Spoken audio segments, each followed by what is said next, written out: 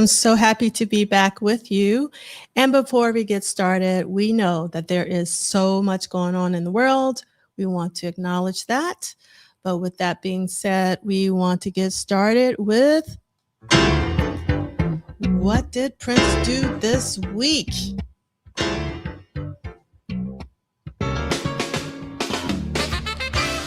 All right, so we have Boombox Guru first in the chat. Hope everyone is doing well and has a good week. We got Detroit in the house with Andre Staley. What up, though? We got our timekeeper. I'm thinking that's probably because it's super hot or you're mad. And then we got Anna B in the house. Yes. Anna B knows what's up. We will be talking about Under the Cherry Moon in the cool shade away from the scorching sun. Exactly. Love this, Kim. Just pressed America 12-inch version and it will end at noon. Love that. 21 minutes and some change. And we got Rockabosh. All I got to say is Prince would not have stopped me from having a nice cold beer no matter how much he would have docked me because it's hot. That's right. And also Rockabosh is saying with this heat wave, it was the 4th day of November. I wish it was the 4th day of November rather than the 4th of July. I love that. We got our Love Sexy 71 in the house. We got Nick Feldon from Denver. I'm ready to hear about the Hit and Run 86 show that took place in your town. Oh my goodness, I love that. And we got Cassandra Bradley. Happy 250th of July to everyone here in the States. Good morning, my beautiful peoples from the ATL. We got Christina Schlossler from Minneapolis. Rockabosh. Chopping all the gems. The white suit Prince wore for the occasion in Sheridan was clean as an army barracks ordered by a drill sergeant. Yes. Prince said when you make a mistake, if you do it a couple more times, it doesn't feel like a mistake. Sergeant, I haven't been talking a lot lately, obviously. And also Rockabosh is saying the Jerome quote to start the chapter about being Martians landing in Sheridan, hoping to be accepted is very insightful and hard to fathom for a superstar at the apex of his stardom, but that's America.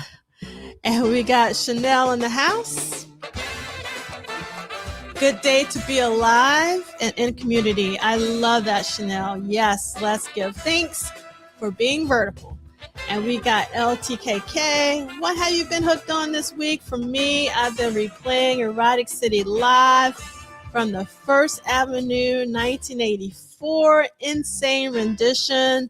What I've been hooked on this week is I Hear Your Voice, the unreleased track from Prince, but I've also been listening to Patty's version on her album Burnin'. And we got Sister Charles in the house. Hope everyone is staying cool. We got Riolanda DJ, who has changed their avatar. Is that Run DMC? I think that's Run DMC.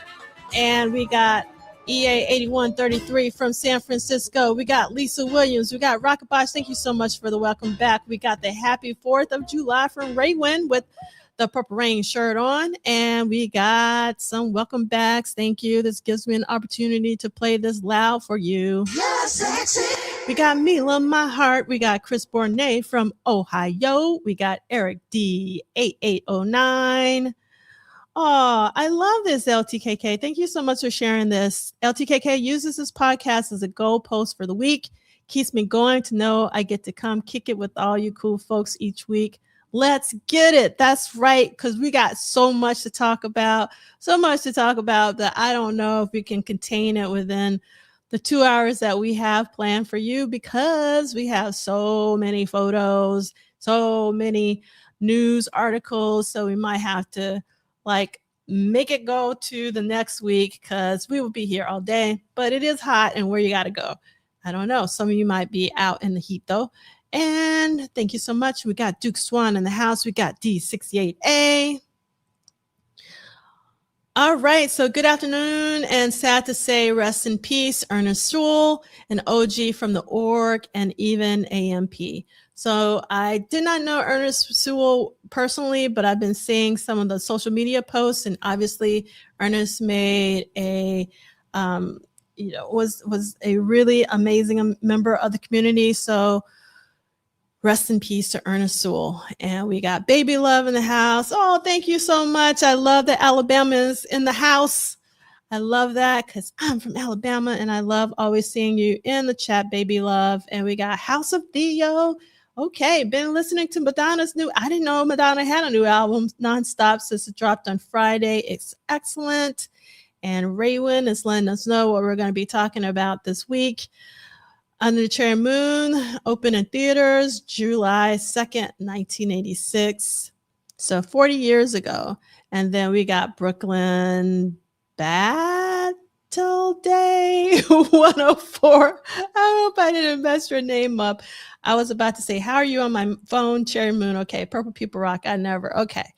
Not quite sure. Didn't quite follow, but thank you for being here. We got Cynic 22. We got Man Ray 10.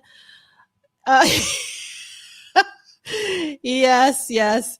But they did an amazing job. I hope that you enjoyed. See Lee, Arthur, and Big Sexy.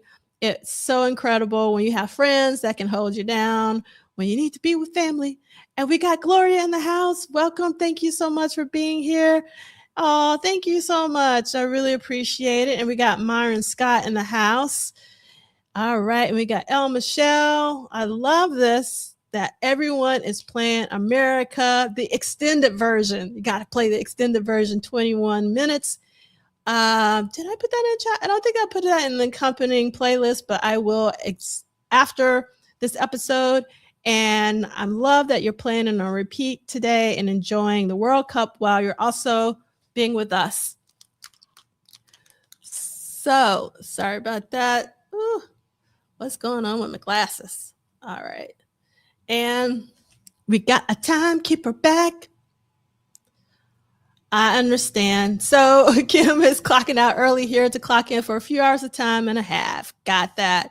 And then we got JD Washington. Despite all that's going on, let's be grateful for the freedoms we have, yet not giving up the good fight. Exactly.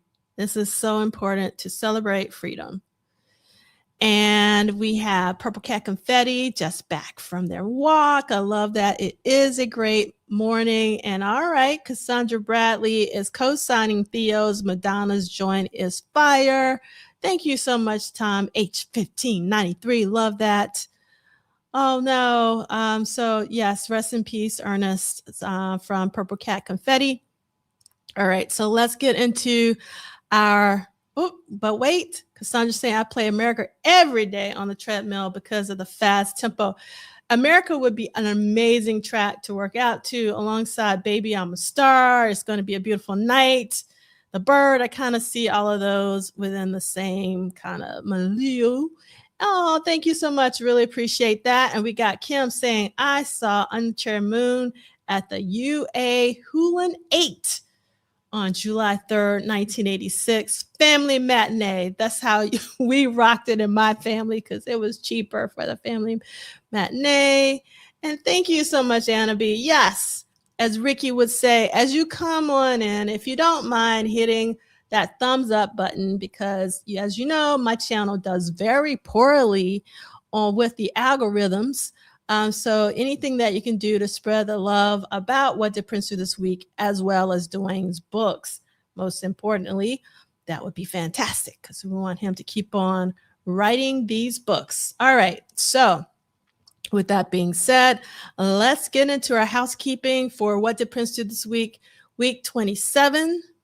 And this is a very slow read of Duane Tudahl's Prince Studio Sessions book series through an interactive weekly online book club and Saturday Salon. We might cut the Saturday Salon this week because we got so much to cover for What Did Prince Do This Week. And we are going week to week, not date to date. And week to week means Sunday to Saturday of 1986.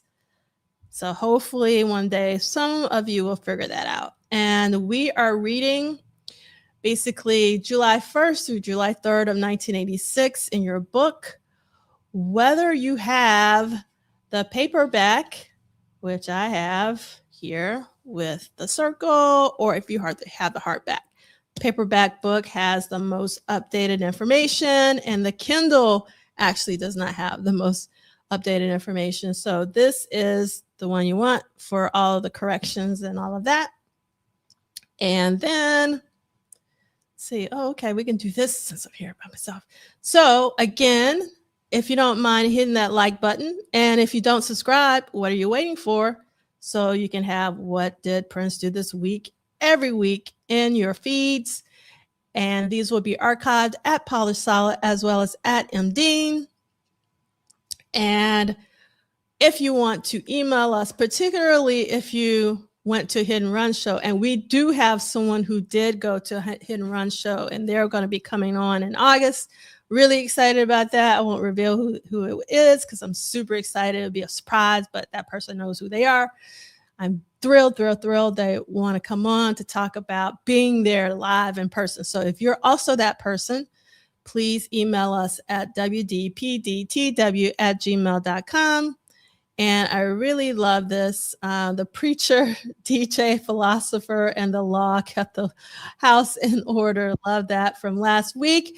And I was hoping that I wasn't going to be by my lonesome. And the Lord answered my prayers.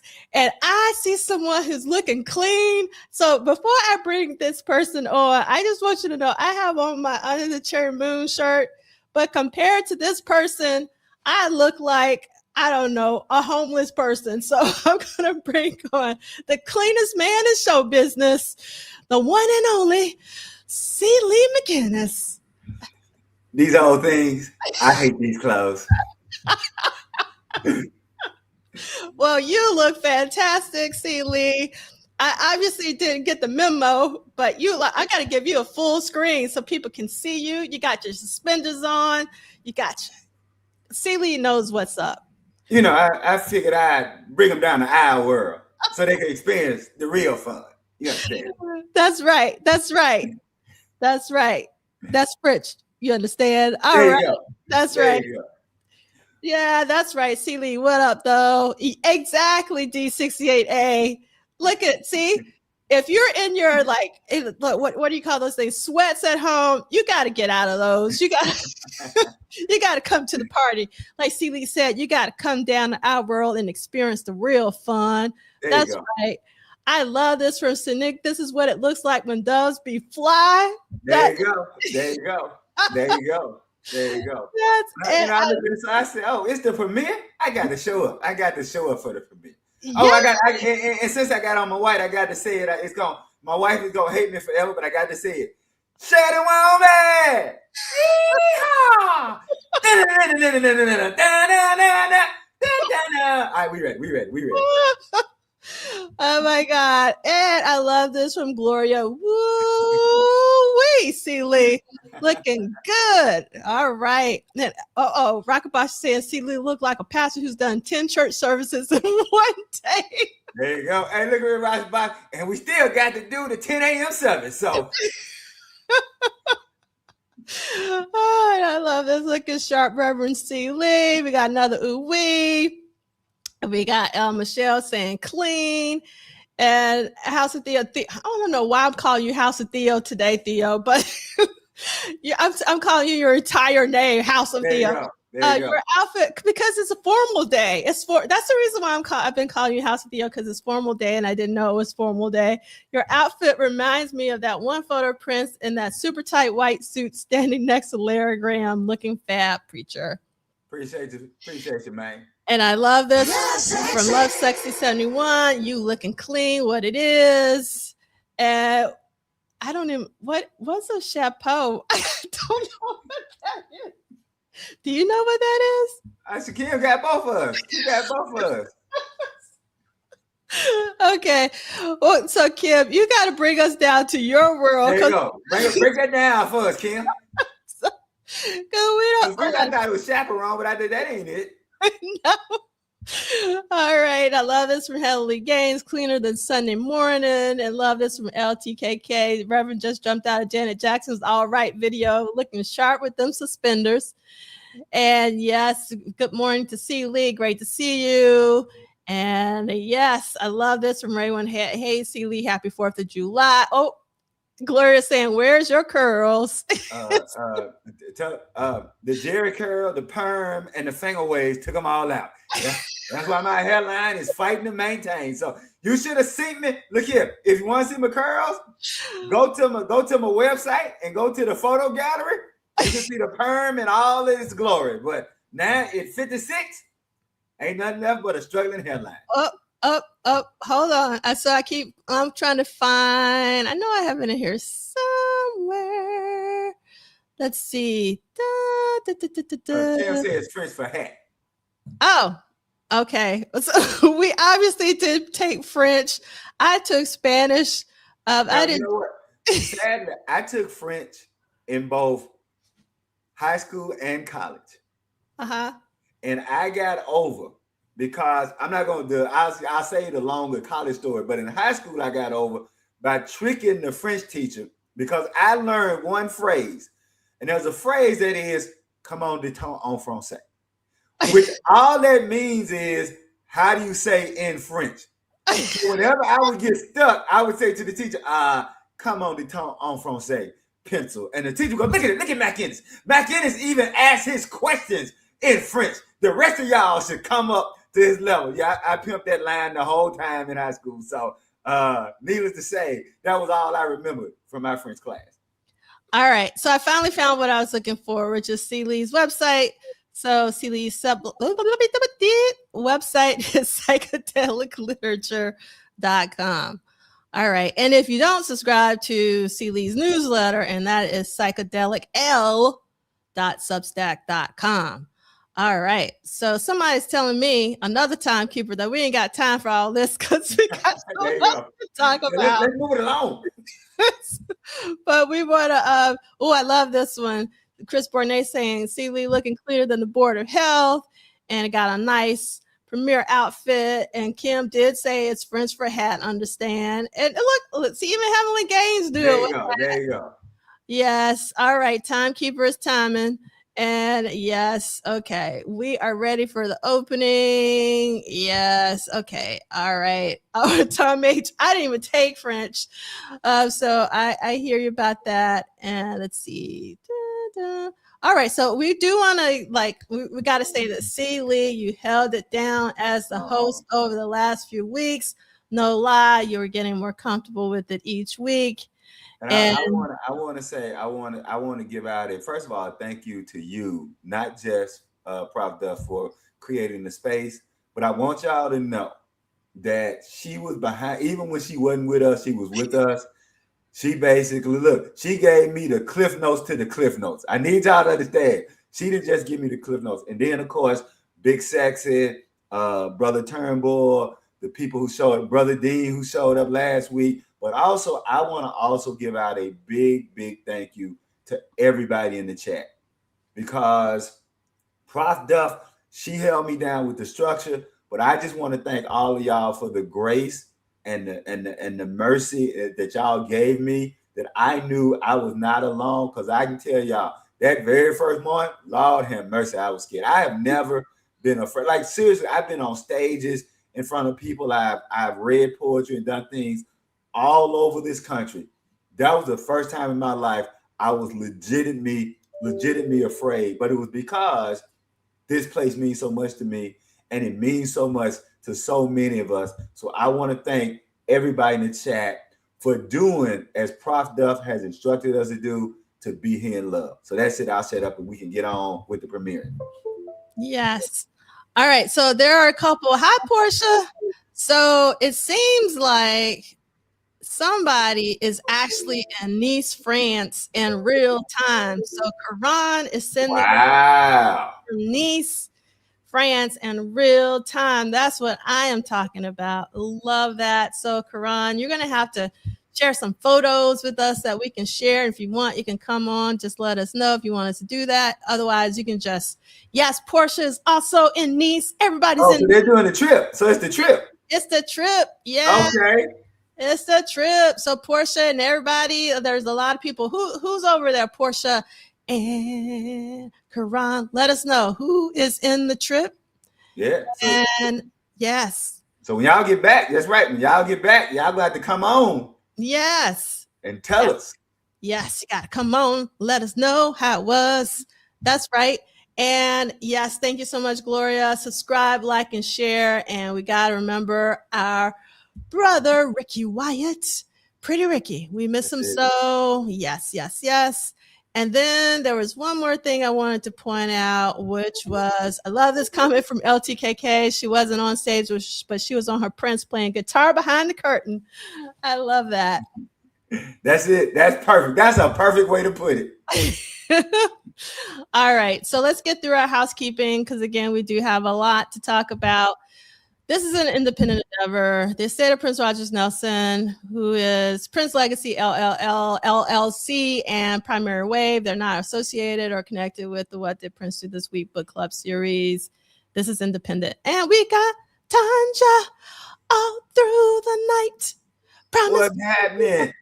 I love this. You know, one of the things that I'm still remembering from Celebration this year is actually seeing the Sounds of Blackness open their set with Thunder. But they just did just like the one line. I really was hoping that they were going to sing the entire song, but it was incredible. So Kim started something, people talking in French. I don't know what that means, but thank you, D68A. And so, yes, that was incredible, wasn't Thunder by the Sounds of Blackness at Celebration. I really, truly love that. I really wish that the entire set would have opened with the Sounds of Blackness, opening with Thunder. That would have been like so incredible. Can I ask you a question that I hope doesn't sidetrack you? Sure. Because I wasn't there. And I want to be fair, I love Tevin Campbell. Were you disappointed? Were you just okay that he didn't do a Prince song? Well, I mean, he did do a Prince song. I mean, he did, Round and Round. Oh, that's right. Never mind then. He did, he did Can We Talk, right? Yeah. Okay. Yeah, he just did 2 songs. Okay. I really wanted him to do Shh, because right. my favorite songs. And then it would have been nice to hear him do like Paris 1, 2, 5, 8, 65, 96, whatever the numbers. I never remember the numbers. So Karan is saying we're all together on the Under the Cherry Moon 40th anniversary excursion curated by Tammy Sharp. And Portia's telling us it's Tammy, Karan, Derek, Elisa, Andrea, Tanya, and Luther, Vonda, Andrea.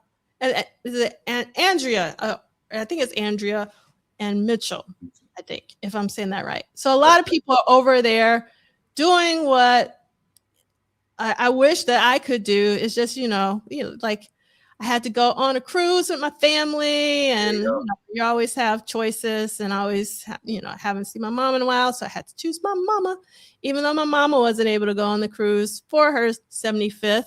Because of health challenges. 2 Andreas. Okay, got it. There we go. 2 Andreas. So that's so amazing. So yes, Portia and Karan and anybody else in the trip, if you let them know, they're welcome to come on next week, because we will, or when you get back, it might be 2 weeks from now, because I don't know how long you're over there, but whenever you're ready to come on, we would love to see the photos, because it was such an amazing presentation that Tammy and Chris Robb did for I Wonder You 40 Symposium back in April. And they did sort of a compilation of a couple of the other trips to Nice, France that Tammy has been curating for the past several years. So I'm so happy to hear that you're over there celebrating Under the Cherry Moon the way it should be celebrated in Nice, France. That is so incredible. And thank you for taking time out of your time there to say hello in the chat and for letting us know that you're there. That means so much to me, knowing that we have some representation over there. and letting people know that Prince is loved and he is missed over there in Nice, France. I absolutely love that. And it just shows how great this community is that I get to live vicariously through them. Yes. And yes, amen to that. Amen to that. And oh, and is saying that they're on their way to Le Pavillon. I don't know if I'm pronouncing that correctly. Hey, look here, Prof Duff, she's always hiding my countryness to the world. I want y'all to know that we was on our way. It was either the second or the third day of the symposium. We were all in an Uber together, and it just dawned on me. And I said, hey, Prof Duff, Le Pavillon. And she went, yeah. Like, the pavilion? She was like, yeah, you just figured that out? I like, so all these years, Le Pavillon, I did not know was the pavilion, right? And I took French. So there you go. Oh, I love this comment from LTKK, where one goes, we all go. We in France. That's right. We in France. We in France. That's right. I love that. Yes, Tanja, I'm with you. Can't wait to hear and see about this fabulous trip. All right, someone in here. We're talking about Under the Cherry Moon, Black Light 216, but I love that you're like Graffiti Bridge. That's right. Stand up for your movie. Stand up for your movie, Black Light. Don't let them minimize your movie. And by the way, Black Light, I got this to say to you. It's just around the corner. It is just around the corner. All right. These anniversaries be coming around like clockwork for sure. I love this. Viva la countryness. There you go. There you go. All right. Oh, yes. Go ahead. I was gonna say Theo answered, kind of also added to the Tevin Campbell. Oh, I didn't say, I missed that some way, somewhere. Yeah. Okay. Look at you with your admin privileges. I love that. Yay! That's so amazing. Okay. So Theo said he was supposed to do but it got cut because it started so late. They were supposed to close with 7-minute version mound as well. What? That's crazy. All right. That makes sense. I could tell that Tevin was rushed, but I couldn't figure out, like, because he did seem upset. So he when he came out on stage, they played the wrong cue. So he was like, that's not the right cue, because they started with the Can We Talk? And he was he wanted to start with Round and Round. So it was a bit of some timing issues for sure going on. Oh, look, I loved Graffiti Bridge. Love this. Love sexy. Love sexy. 71 watched Graffiti Bridge last night. So, so Karan is saying, can we join y'all now? Okay, hold on. Give me a second. So talk to the peoples while I do this real quick. All right. So let's see. I'm glad that Graffiti Bridge is showing up. We gotta go talk about one of my favorite moments from Graffiti Bridge is the Jill Jones moment. If you know, you know. Let's just say that I was just like Levi and Miko. Oh man. So let's see here. We got appreciate you, Black Bear. What's going on? All right. All day, yeah. Brother Lee, all the way from the UK. There you go. One day he'll make it in the big city. Said, yes, there we go. All right. So I want to say this. I want everybody to think about where you were during the premiere, right? What was going on, particularly when you saw the Sheridan, Wyoming show, because I think we opened our discussion talking about the Sheridan, Wyoming. So I want y'all to know that my wife, a Black woman from Mississippi, hates everybody in Sheridan, Wyoming. She has never gotten over the fact that the premiere was in Sheridan, Wyoming. And I'm going to just say this. My wife doesn't say Sheridan, and you have to fill in what you think she substitutes for Sheridan, Wyoming. She was mad as pocket sticks that premiere was in Sheridan, Wyoming. So I want y'all to put in the chat about, do you remember? Brother Theo said he wasn't born yet. wasn't even twinkle in his mother's eye. I understand, Brother Theo. So, but I will say this. I actually enjoyed it. And because we were getting to see Jamie Starr, right? I love the moment when she asked him, how do you feel? And he said, I feel with my hands, Nina. see here. You agree with my wife. Look at y'all. Let's see. It was Black Light was 10 when Under the Cherry Moon came out. Christina said she was working at a record store, so she missed it. Hey, Christina, was you trying to call in? Hey, Christina, let me know. Was you trying to call in? Hey, I ain't gonna lie. I was trying to call in and pretend like I was the girl from down the street. I don't know how I was gonna pull that off, but I was trying to get it in Clarksdale. So, all right. So I know Portia just tried to get in, so just try it again. So, because it seems like you popped in, but then you popped out. So, and then Karan, I sent the link to your Instagram DM. So there we go. I love that line. I feel with my hands, Martha. I love that line. That's okay. I think here we go. All right. There we go. Hello. Hi. Hi. And look at her. Even traveling, her hair is laid. I'm jealous. Hi, Portia. Hello, Luther. And Alyssa. Alisa. And Derek. Hey. Hey. Show your face out. What's going on? Hey. Hey. I'm going to show you the view. Hold on. Go ahead, Portia. Look at this view, y'all. Oh, wow. Oh. There it is. Somebody cue the music. Oh. Cue the music. Look at that. Oh my God. We're having a great time already. That's It's amazing. really absolutely incredible. So Yeah, when did you get here? We got here on the first. On the first. Yeah. And how long are you staying? What's that? I gotta wipe your phone. Go ahead. She said, how long y'all staying? Till the 8th. Till Wednesday to Wednesday. Yeah, Wednesday to Wednesday. All right. So what's the itinerary? Right now we're going to Le Pavillon, Which is now Cersei restaurant. Yes. Awesome. And what are you doing tonight? Well, I don't know. The night is young. This is our night. I don't know what he's saying. We want to join them on the red carpet. Tell them we're almost there. All right, we're gonna. Oh, this is like, I don't know what it said.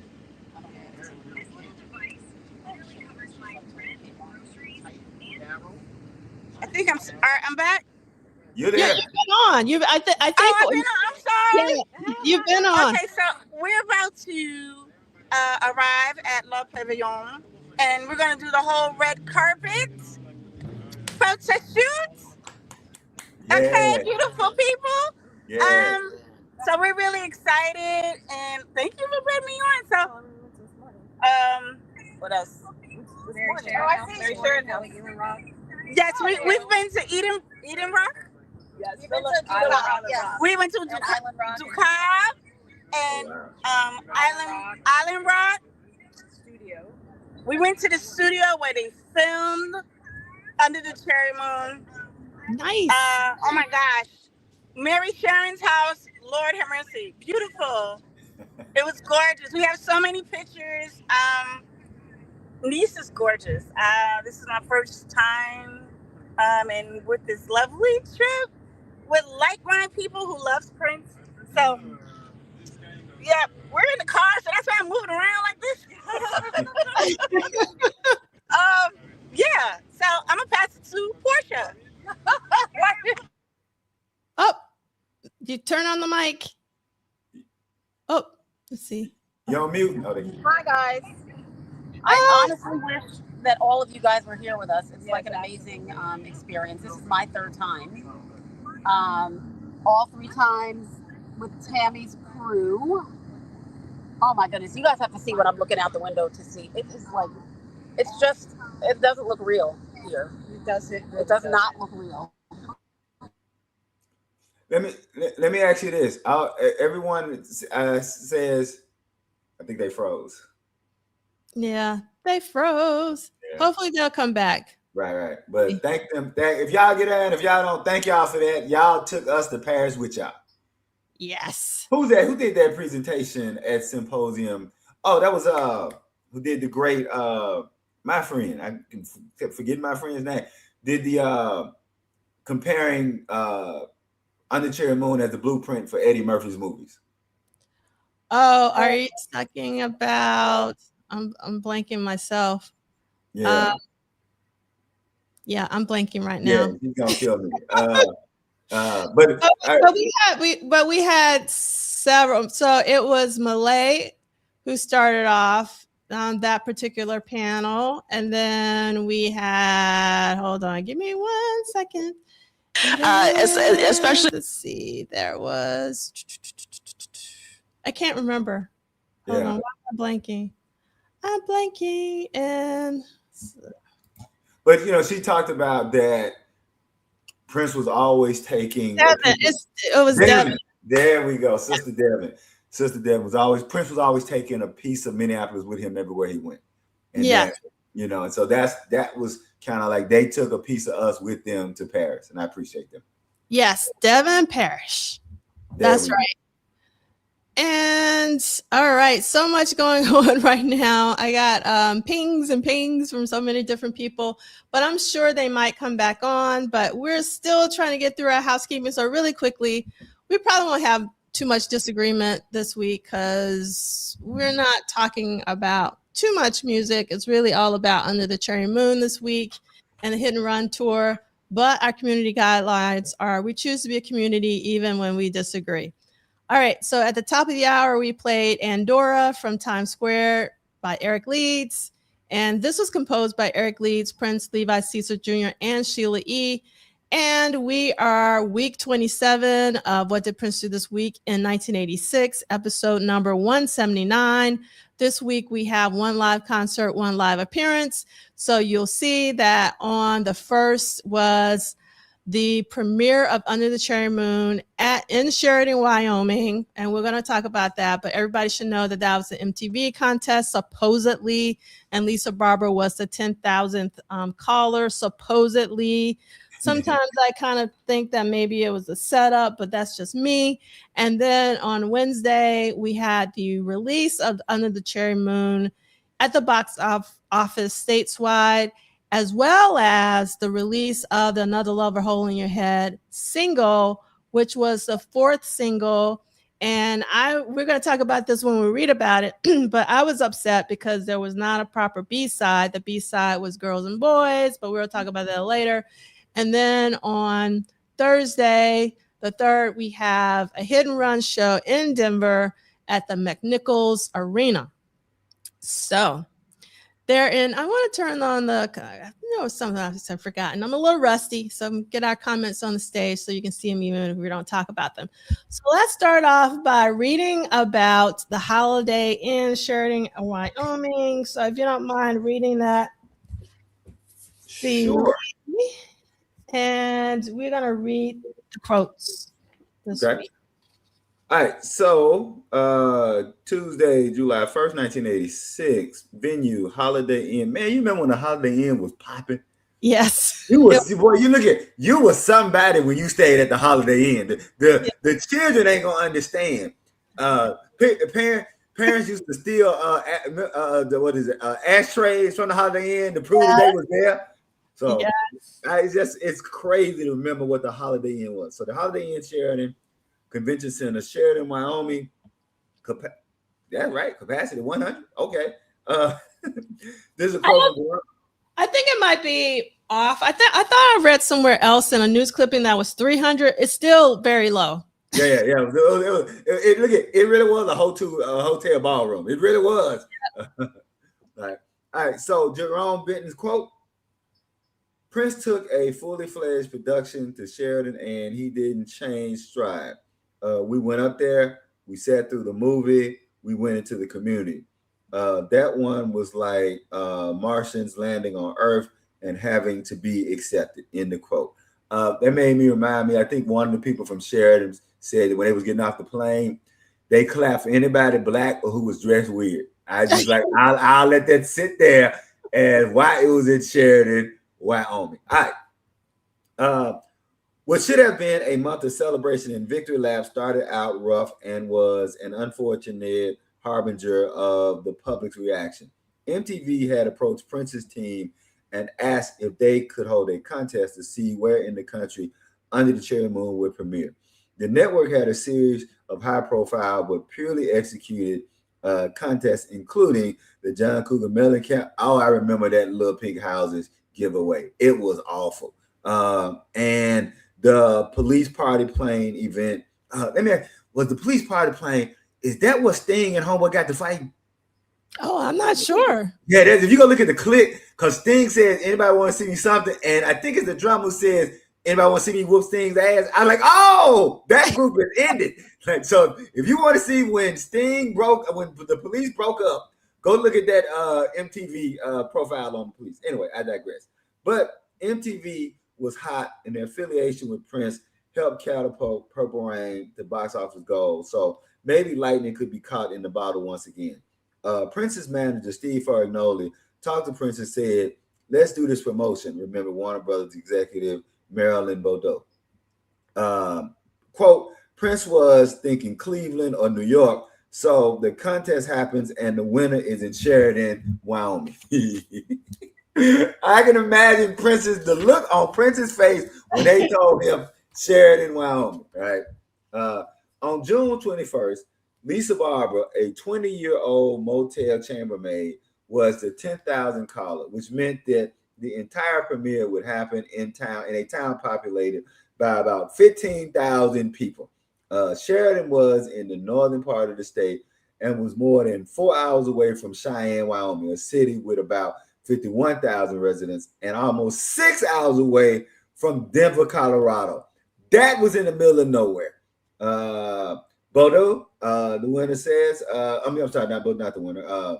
Quote, Prince goes ape shit, according to Bordeaux. Prince's reaction was, couldn't you have controlled it? I really believe that was the one time that Prince was not monotone at all. Like, couldn't you have controlled it? No, I don't think he was monotone at that time. Why didn't we get it somewhere we can get our fucking equipment to? Are you out of your mind? I'm not doing that. So Fagnoli had a slight problem with an unhappy. Hey, if there is a biopic or a documentary, that's going in. I want that in. All right. Well, before you move forward, though, I don't know where I read this, but I read that either or heard Alan Leeds or somebody like that say, meaning like it was Fagnoli or Cavallo, somebody like that said that Prince actually was okay with it, even though he was unhappy. Right. But he was like, well, I'm going to show up anyway. Oh, yeah, no doubt. No, yeah. So maybe this was his initial reaction, and then maybe he took a beat and he was like, okay. But you know what? But that makes me like him even more, right? The fact that he was, because everybody was like, Sheridan, where? Right? You know, and then, but it's about, yeah, there you go, LT. Y'all sending me where? But the professional that he was, and just the good human being he was, I'm not going to make these people feel bad because I don't want to be there. And you and I have probably witnessed stars being places and making people feel like shit. I can't tell you, let me put it this way. I can't tell you how many poetry readings I've attended with big name award-winning poets that it's clear they don't want to be there. So to know this and then to know what we saw Prince do on TV, that just makes me love him even more. So I'm glad you make that point. Yeah. All right. So the prospect of having only a week and a half to prepare a movie premiere in such a remote town brought an incredibly difficult set of problems, including having to rent limos from 400 miles away. But eventually, Prince realized that he had no choice.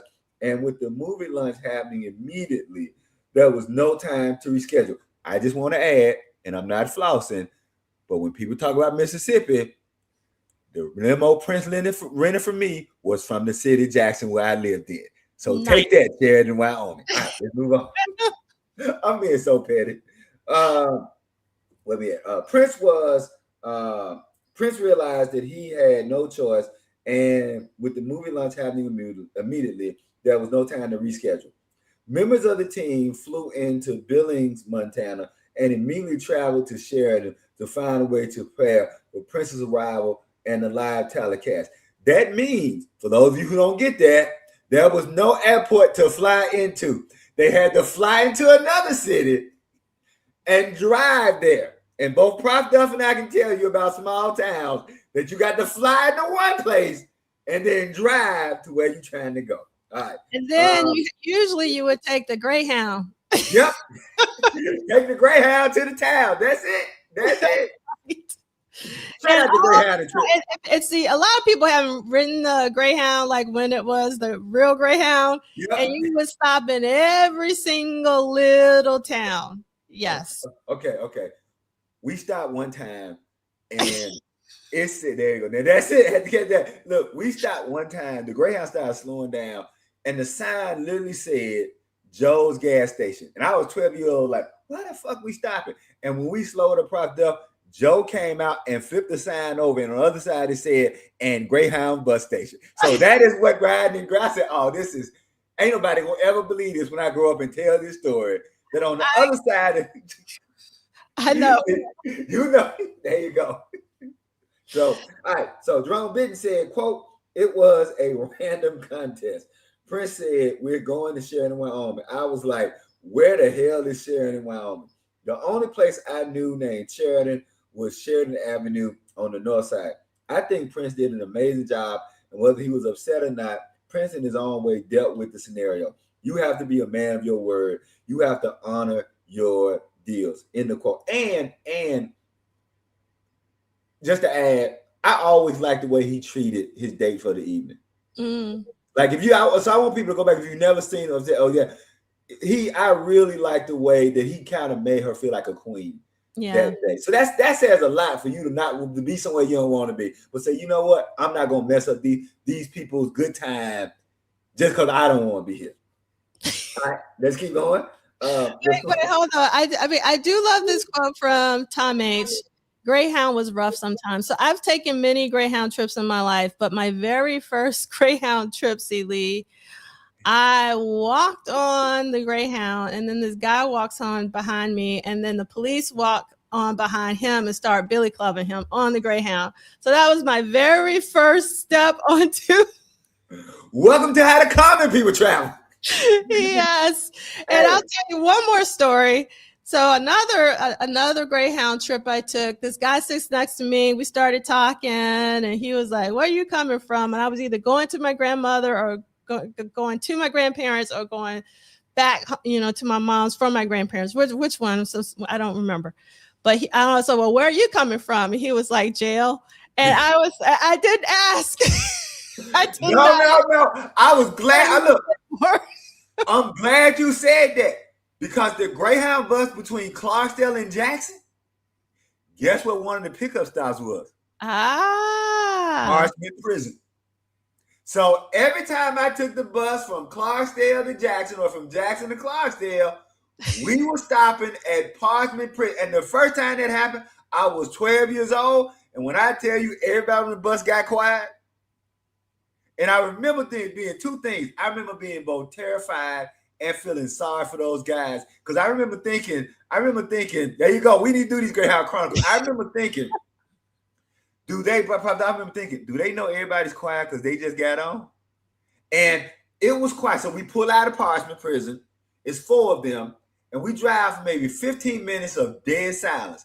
And this is what broke the silence. Shout out to Grambling State University, HBCU. This is what broke the silence. I guess they were like talking to a couple of people, and somebody yelled out, this is what you heard. You ain't had no fried chicken in 7 years? Good Lord.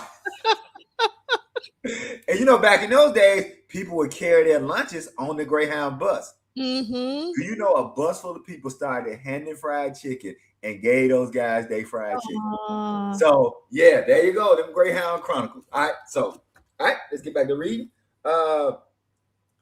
The small airport in Sheridan had only one flight per day from the big cities, creating even more issues for the crew, the equipment, and the scores of people who had to fly in on small jumper planes. Hey, look here.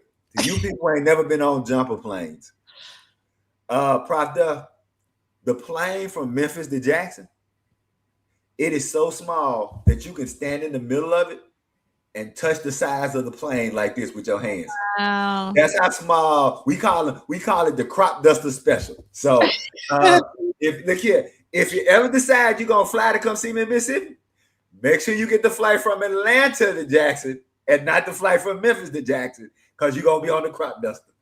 All right, before we can continue, because Rodney just coming in, and some people are mad about our Greyhound Chronicles, but the reason why we're talking about the Greyhound Chronicles is we're talking about the premiere of On the Cherry Moon in a very small town called Sheridan, Wyoming, and we're talking about how difficult it is to get to travel to small towns if you don't have a car. So that's the reason why we're talking about what we're talking about. Highlight Sister Brooks's comment. Brooks, this one? All right. Not only is she correct, Prof Duff, it is a 6-hour drive from Houston to Jackson, right? 1 hour of that drive is getting the hell out of Houston. That's how big Texas is. It takes an hour just to get out of, and I made the mistake of driving from Jackson to San Antonio. So yeah, Texas might be the largest place. I don't know if it is, but it feels like the largest place in America. There you go, that crop duster, right? And look at you. You talk about turbulence. Don't hit no turbulence in that crop duster. Oh my goodness. All right, so let's go on. Despite arguments and logistical nightmares, the town came out to celebrate, and the night capped off with the band's performance as Bordeaux continued, quote, "We had to do the after party at the Holiday Inn, the little tiny ballroom. The ceiling, you know what? I remember that. The ceiling was so low. They were actually touching the ceiling. It was so hot in that room. And the band was sweating bullets. I remember how low that ceiling was, and it made me feel so much better about the Clarksdale Hotel. Let's move on. It was so strange to go. This is another quote. This is from Lisa. It was so strange to go to this little town and then do a gig in that ballroom, agreed Lisa. Quote, "I was up on a riser, but the ceiling was so low, it was right there. The keys on the synth curved from the heat." End of quote. Prince and the band performed a short but powerful set consisting of Raspberry Beret, Delirious, Controversy, Mutiny, Do Me Baby, and Purple Rain. And they actually cut Purple Rain from the broadcast. It cut out when Prince gets on the organ doing Mutiny. In the quote, with a new album out and needing promotion, it was surprising that Prince didn't play anything from the current release. Under all of the revelry was a deep tension that was bubbling up and on the verge of erupting, detailed Susan Rogers. Quote, "Prince was in such a bad mood after the show. The show was a nightmare because they had no proper stage for him. The riser was maybe 2 feet tall, and the women in the audience were reaching up and grabbing his crotch. So the poor man was in a foul mood afterwards." Yep, they was touching him the whole show. I remember that. Prince maintained his composure in front of the world, but his long brewing frustration was finally unleashed on those closest to him, as Wendy soon found out. Quote, "I had a huge blowout with Prince. I was at the bar having a beer with Joni Mitchell. An interviewer came up to me, and the next day in some paper it said, quote, Wendy from Prince and the Revolution answering blah blah blah while nursing a Budweiser. Prince pulled me upstairs and read me out about being an example to kids. I was completely floored. It felt like something else was wrong here. It's not about me drinking beer," end of quote. Lisa recalls how things were changing. Quote, "That was a very painful time and just so ridiculous and hard to figure out because we had a series of fights, and this is a thing that I've only recently kind of realized. I think we were growing up and we wanted to grow up. We wanted to do it right now. We were getting our weekly minimum wage paychecks. He never paid us right. But when you're 20 and you're getting a weekly paycheck, that was like, all right, I made it. But it wasn't fair. And we were growing up and we started to think, how am I going to make my life work? Now I'm finally in my late 20s and I'm still only making $800 a week and I play with Prince. I'm in the revolution. We were there all the time, every day into the night. In the middle of the night, he called. We were his posse. In the quote. Quote, Prince fined her 500 or something, and she was just livid. It was just so unfair, observed Susan Rogers. Quote, he didn't say I'm sorry very often. He didn't look backwards. When he wanted to apologize, he did it by moving forward, but he didn't go back. So I think that was actually the beginning of the unraveling of Wendy's relationship with him. End the quote. So I really love this comment from Rockabosh. It says, Wendy was better than me. I would have bought a case of booze and quit. So there's so many amazing comments in the chat. So I'm just going to go through them because I've saved some of them. So Kiss wasn't played during the broadcast. No. So no to that.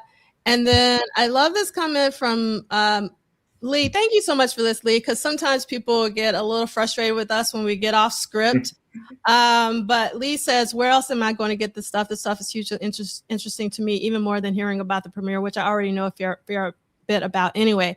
Yes, so we have to cater to the newbies. We have to cater to people who already know this stuff. So we're trying to make it fun. So we're only doing it out of fun. And also we're both Southern, and I'm sorry, we have to have our Greyhound Chronicles. It's so important. But I was gonna say, it also helps to let people really understand that I think a whole world was like, fucking where in Wyoming? Like I do think people need to understand that it was a very interesting thing and a very interesting moment that Prince lands smack dab into the middle of America, into the middle of a place that nobody had ever heard of. So that's it. I'll shut up. Yes. And Nick Felden wants to know, what's the premiere live? I can't remember. Was it live on MTV? For whatever reason, I want to say yes, because again, I remember they broke from it. From what? So Nick Felden, from what I remember and from what I assume watching it in real time, I thought it was live. So unless I get something other else, I'm gonna go with I think it was live. Yeah. Now, what I find, so this is an interesting comment from Eric D. Mutiny is an odd choice for that show, but I think an even odder choice, in my personal opinion, is actually Do Me Baby. Yeah. For me, that's personally. Let's see. So Kim is saying, yes, it was live, probably on delay though. Okay. Yes. I love this. Lee says, have to buy spin-off of the Greyhound Chronicles. Yes. Love this. We're getting history, travel, the Black experience, music, etc. Thank you so much for that, LTKK. All right, so here's some more. Now, I'm with Love Sexy 71. I think that the contest was rigged and sabotaged to have the movie premiere in the middle of nowhere. Everybody knows Undeterred Movie should have premiered in Miami, LA, or Paris. Wyoming was a setup. I personally think it was a setup as well. That's my personal opinion. And to that point, you have to go back to it. Sonique 22 put in the chat a while back. Did we think if it would have premiered somewhere else, would it have impacted or helped the movie? I think so. You think so? I was gonna say I don't know, just because of all the things we've discussed with the movie. But so yeah, what I want to hear, you were saying you think so. I think so, because I mean, the way just in real time, the way that the premiere was framed, it was almost framed as a joke. Do you know what I mean? Yeah. So like, and yes, Edgar, I wholeheartedly agree. It should have premiered in Europe. Yes. Yes. So let's see. And D68 ASA and MTV didn't start till August 19th, so we didn't get it live here, but we got it live in the States. Yeah. So let's see. Yes. And then hold on. This was an interesting comment from Sonique about, I think Prince floated the idea of canceling. Fargnoli rudely threatened Prince. That was weird. Yeah, there's so many stories, and you never know like which story is the correct story. And you know, when it comes to stories, everybody has their perspective and point of view. So you never know like what is because I really, again, one of the things that I really regret in life is that Prince did not finish his autobiography, The Beautiful Ones. Right. Because I would have loved to hear Prince talk about this himself instead of, hearing it from others. And even sometimes with Prince himself, you don't know, because it depends. I love this from Black Bear. This should be a comedy documentary. This should be a comedy movie. Get Spike Lee, Dave Chappelle, or Antoine Fuqua to make the movie. I think that would be amazing. Stay there for a moment, because I like that because rather than, I'm not saying I don't want a biopic or a documentary, all of that, but I am really into movies or even series that take a section or a segment of a person's life and do that. Like, I would like a lot of this, like the Miles Davis movie they did, where they only discussed the 5 years that he wasn't making music. So I'm with you. Like, I think that if we could get a bunch of different series of things like that, I would love that. All right, I'll say that. Go ahead. Yes. And so D6A is saying Paris or Nice at the very least. And Edgar is saying Prince had planned a European tour for June, July, but canceled due to terrorism. So he continued his hit and run tour. Thank you for that, Edgar. Really appreciate that additional context. And let's see. No, there's not a movie made. There was talk of a movie being made by Elizabeth Banks, I think. I can't remember her last name. Elizabeth somebody. And it didn't get made. So there was talks of that. But we're talking about more of a, I don't know if it was framed as a comedy.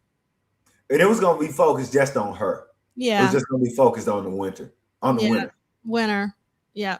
And another thing I wanted to bring up, Duke Swan, just really quickly, I checked the chats and they're showing up on my channel. So I don't know what was going on there, but it's showing up on mine. And then a long time ago, D6AA said that the Sheridan capacity was 500. And that makes more sense than 100, because I knew that 100 number seemed to be a bit off, because just the guests seemed to be more than 100 people. And let's see. I did that. Trying to see if I got. Okay. All right. So. Oh, I love this from Chris Bournet. A lot of movies have multiple premieres. There could have been subsequent screenings in Minneapolis, LA, and Paris or Nice. But for whatever reason, though, it did go nationwide the very next day. Right. So they didn't really have time to do multiple premieres, because normally the premieres happen before it goes nationwide. But yeah, if they could have timed it so that would have happened, that would have been great. So, okay, so all right, so let's continue with our slideshow. Okay, so we have a lot of images, so be warned. There it is. That but boy was clean, wasn't it? Yeah, it was. Oh man, that go Jamie Starr. That ain't the kid no more. Yeah, that is. Oh, I love that, C. Lee. This is Jamie Starr, isn't it? Yes, that's Jamie Starr getting off that plane. Yes. Yes, Andre. I think it was set up because they wanted the film to fail. Yes. And how can I say this? And because I just think they wanted it in a middle America place, if that makes sense. Yeah, no, because Edgar just posted, because I didn't realize this, that MTV did more events with other artists in rural areas as well that summer. Yeah. This premiere was just one of those events in 1986. And that just further proves that it's probably a setup. Like, if this was going on, then that makes sense that they would put it in a small town. And remember what was the guys, and I can't believe I'm forgetting the name. Remember when David Bowie put Homeboy on the spot and said, how come y'all don't play black artists? And his response was, well, because somebody in the middle America may see a black artist and get scared. So coming to Brother Edgar's point, and they always did, they always had these premieres, these things in middle America. MTV was always catering to what they would consider middle America. And that's why a lot of people feel like it was Mark Goodman. Thank you, Tara. And Terrorizing Lives, I'm sorry. But yeah, they were really comparing to middle America, and damn it, Jamie Starr showed up in middle America. I set up. That's it. The David Bowie and Mark Goodman quote. I'll set up so we can look at these pictures. Look at that. So more photos. You can see that's Miss Wyoming teen. Yeah. And in all of her 80s hair. That's 80s hair right there. That's so 80s. But Prince doesn't look 80s, which I love. No. I love. He looks clean. Yes. Oh, these pictures are cool. Yes. And we got lots of them. So I'm not spending a lot of time. So these are the people who are waiting. And I love this sign. It says, "We're proud of our city. Hope you enjoy your visit. We would love some tickets." There you go. There you go. But my favorite part of this photo is the little boy to the left with his Van Halen shirt on. There you go. Look at my man is clear. Damn that. When Van Halen showing up? Damn. Look here. I'm with you, little man. You ain't got that. My man, like, with who? Is David Lee Roth getting off the plane? Where's Eddie and Alex? Goddamn it. That's where you go. Yes. And then here's some more photos. And you can see the family actually at the top was still with their sign, which is pretty cool. So again, as everybody knows, I love the audience shots whenever Prince is around. So these are amazing. I like that. I love this one. Yes. He's no Eddie. Yeah. Oh my God. And here's Prince and Martha Quinn. Hey, do you remember when Martha Quinn would always tell people, she would always say, "Stop asking, that's not me," in the Dirty Mind video? No, I didn't. People would always ask her, "Is that you in the Dirty Mind and Uptown video?" She's like, "That is not me." But there's a lady in the front row who looks exactly like Martha Quinn. Okay. So Sonique is saying there's some parallels between how the film rolled out and Mahogany in 1975. Both films had white directors fired by an uppity Negro, and their fortunes lagged afterward. Okay. All right. Love that. Let's see. Oh, I love this. Hot for Teacher. Got it made. I'm hot for teacher. That's what I'm saying. I know that song. All right. Okay. So I can't read this, but this is basically from a newspaper clipping. And that's the moment when he turned around and went through his jacket, right? I think so, yeah. Yeah, that was super cool to me. Yes. And I love there it is. Yes. Love these photos of him running. And if you've seen the footage, he's talking to Martha, and then he just, cuts out real quickly. He does this a lot, like running in the airport, just running. So there should be like a Prince running photo series. Right. Oh my God. And here's another one. I love this one. It's so great. And this was the jacket. You really can't see it, but it is really beautiful. It was auctioned off. And then you can see from the screenshot to the right that Prince actually threw the jacket he had on in the crowd. And years later, that jacket got auctioned off in some auction. But because of, blacks, it's really hard to show that detail, but it is like really beautiful. So if you can see, for those of you who are watching on your big screens, you'll probably be able to see some of that texture on this amazing jacket that he just threw to the crowd. And here's him without the jacket. Yes. And that was just cool that was cool that he went out his way to make sure, they got some show. Yeah. It's like in the arenas when people behind you and the artist turns around to get the people behind them some show. That was really cool. I love this comment from Chris Bournet. Prince knew how to make an interest even in a one-horse town. Hey, Brother Bournet, watch it with that one-horse town coming. Watch it. You tread lightly with the one-horse town business. Oh my God. So yes, love this, baby love. For me, what I really love about this era is Prince just looks so happy. Yep. He looks so happy and like comfortable in his own skin. Very much Jamie Starr. And here's a local newspaper. I'm not going to read it this week. I'll read it next week if we have time, but we have so much to get through. But this is the Sheridan Press. So they had their own newspaper in Sheridan, Wyoming. And one of the things that I love is that they have this little photo of Sheila. So they focus on Sheila. So they knew who Sheila E. was. And you can see like it's cut off.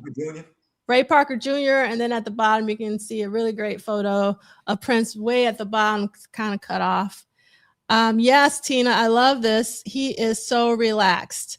And I love this comment from Rockabosh. He looks like a 1950s movie star and is shot. And yes. All right. So yeah, I love this. He was running from the interview questions. That probably is correct. I love that observation. And then here is another newspaper, the Billings Gazette. It's also a local paper. And I love that this one chose to showcase him throwing his jacket. And again, I'll read some of this next week. They spent money on the color. Go ahead on, Billings. Go ahead on, Billings. Which was huge back then. Yeah. In the 80s, you got color? Yeah. Yes. So, for them to spend color money on Prince is saying a lot. And so these are some shots from the actual show at the Holiday Inn, which are fantastic. I really love this photo. A lot of the photos, I don't know who the photographer is. So let me know if you know, because I would like to give them credit in the slideshow. And this is from like a Russian magazine of some sort. So I'll read it next time when I get it translated.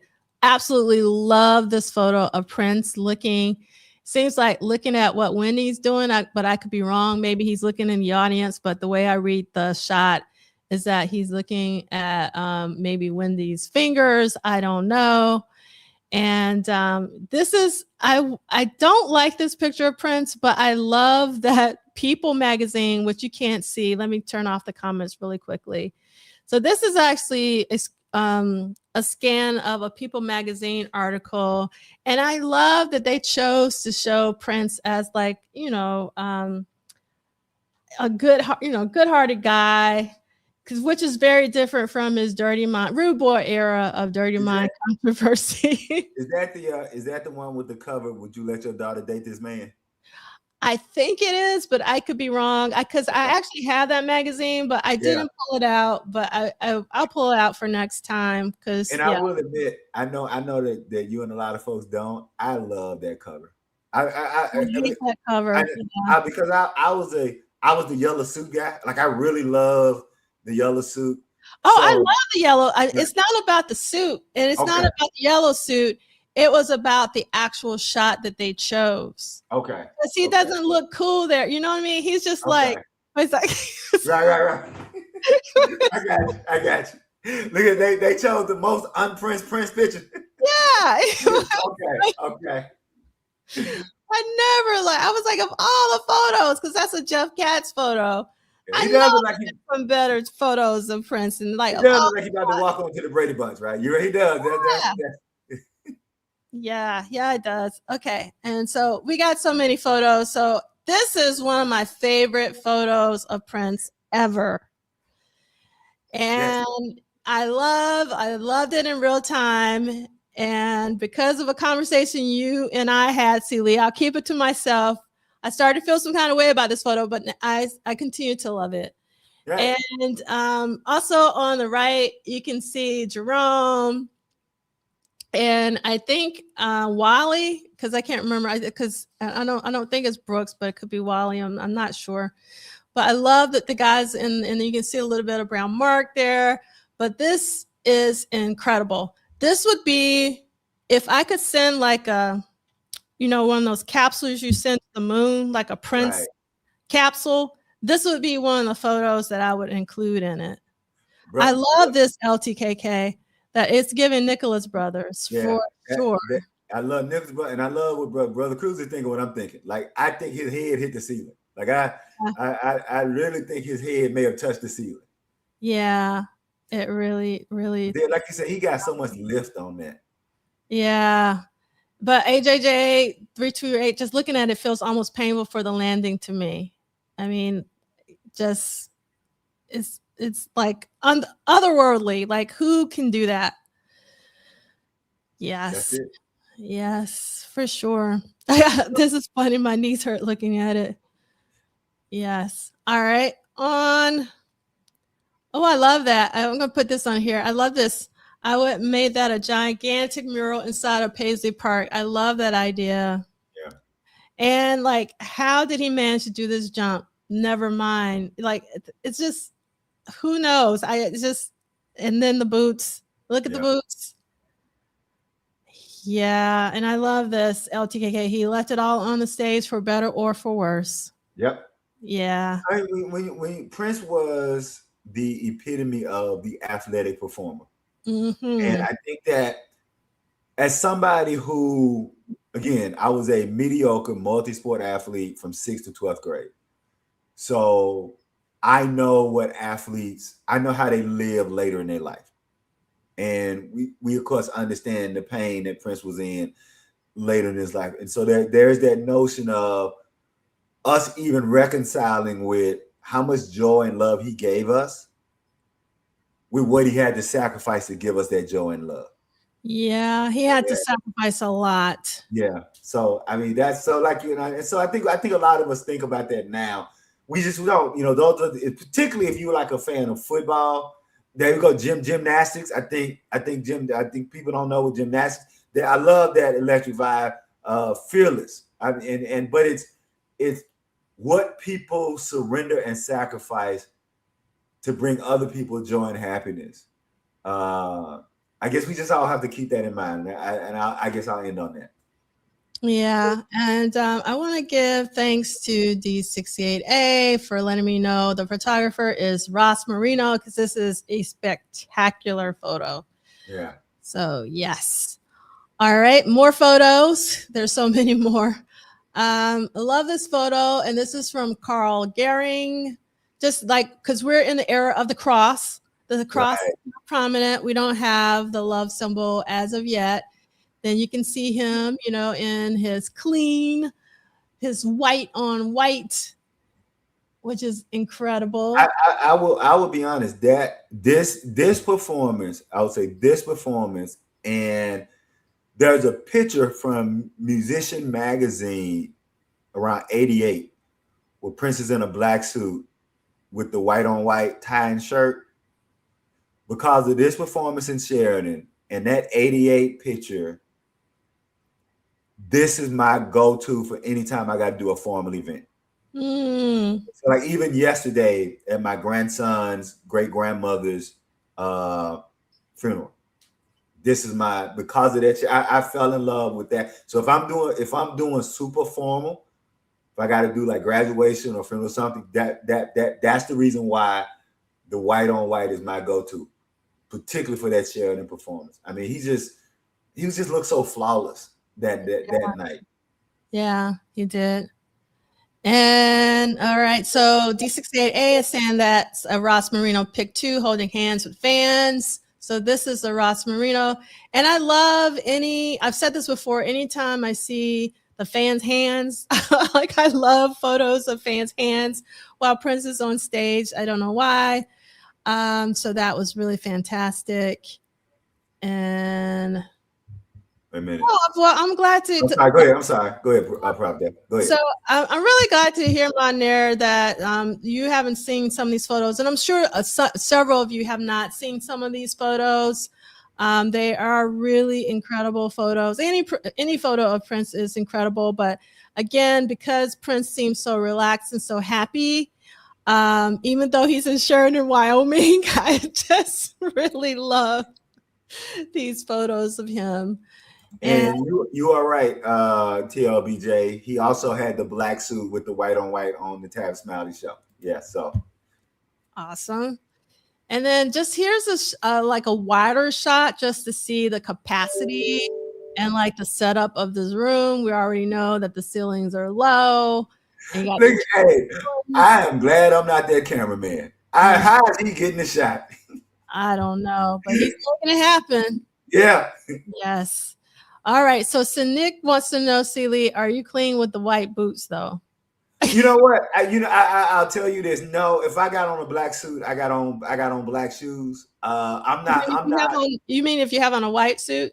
No. If I don't own a white suit. I don't own an all white suit. Okay. So if I got my white on white shirt tied with my black suit on, I got on black paint. I got on black shoes. I've never been daring enough to have my white shoes on with my black suit. Yeah, and I love this from Electra Vibe. Welcome, Kurt. Thanks for being here. I love this fashion era. He was screaming matinee idol suave. In fact, hold on one second. Keep talking. All right. And here's another photo, and this is going to be a series of photos of Prince playing the White Cloud from Purple Rain. And even so, Nick Felden from Denver wants us to know that they've never been to Wyoming. And so here, I want to hopefully Celie can come back, but if not, we'll keep it moving. So here's another photo. I really love this photo of Prince whenever he's into his guitar solos. Oh, look, wait, hold on. There you go. So this is my go-to. So if I am speaking at a graduation or a funeral, because of Prince and his white on white, this is always my go-to. So if I got to do something formal, because of Prince, this is my go-to. So all right, that's it. You can go. Yeah. So all right. So D68A, are you talking about this photo or are you talking about this photo for the Ross Marino photo? So the color photo or the black and white photo or both.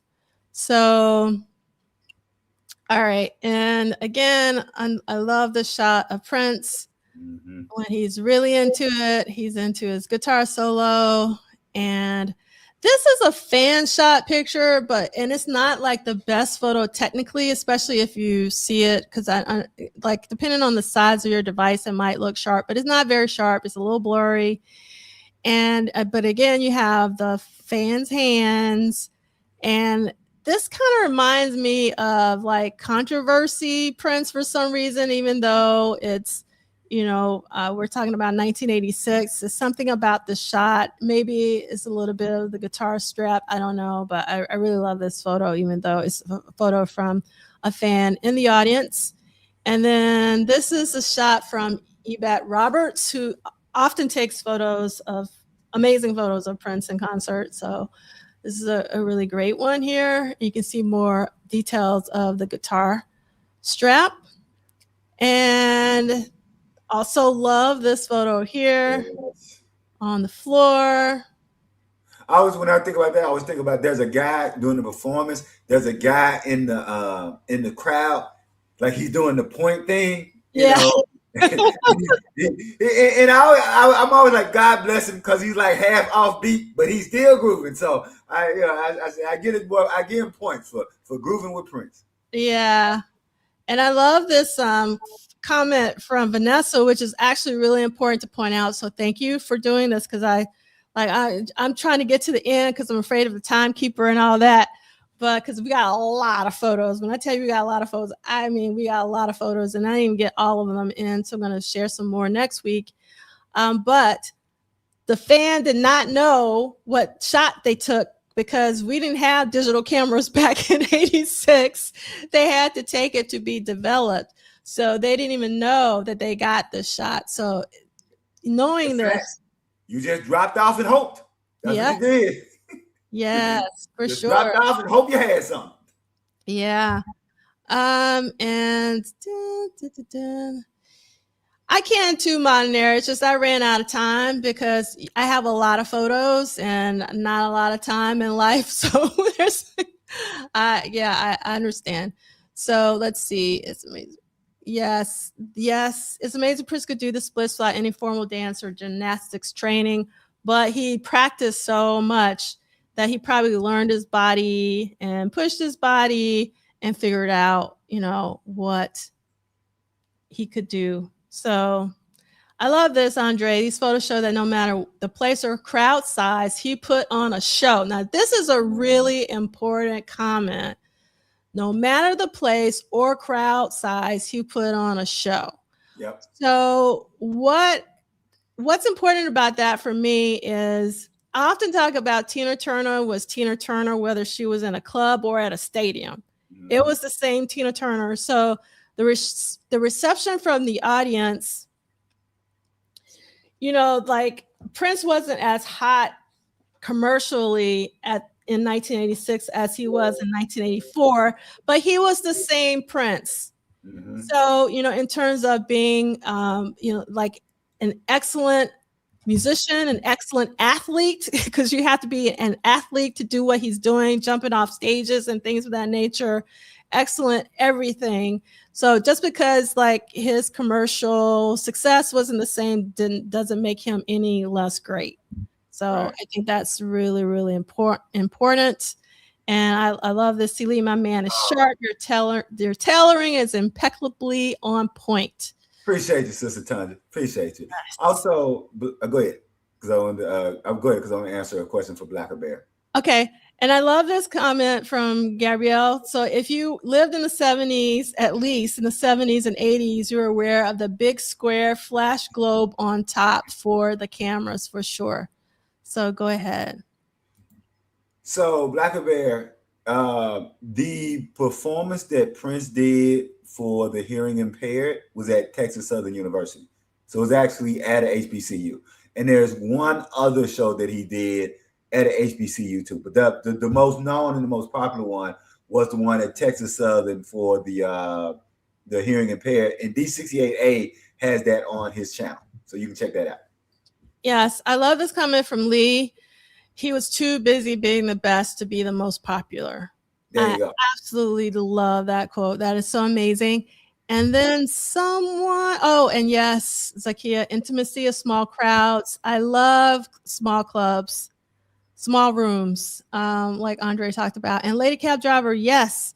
If you know someone who attended the Denver Hit and Run concert, that would be amazing. If you can get that person to reach out to WDPDTW for What Did Prince Do This Week at gmail.com and see if they'd be willing to come on, or if they don't want to come on, if they have any photos or something that they might have from the show that they're willing to share, I would give them photo credit and all of that. So yes, that would be great. I would love that. Let's see. All right. Okay. So just because we have more photos, go through here. Love this photo. And you see the cufflinks. Cufflinks like this cost money. Cufflinks. Yes.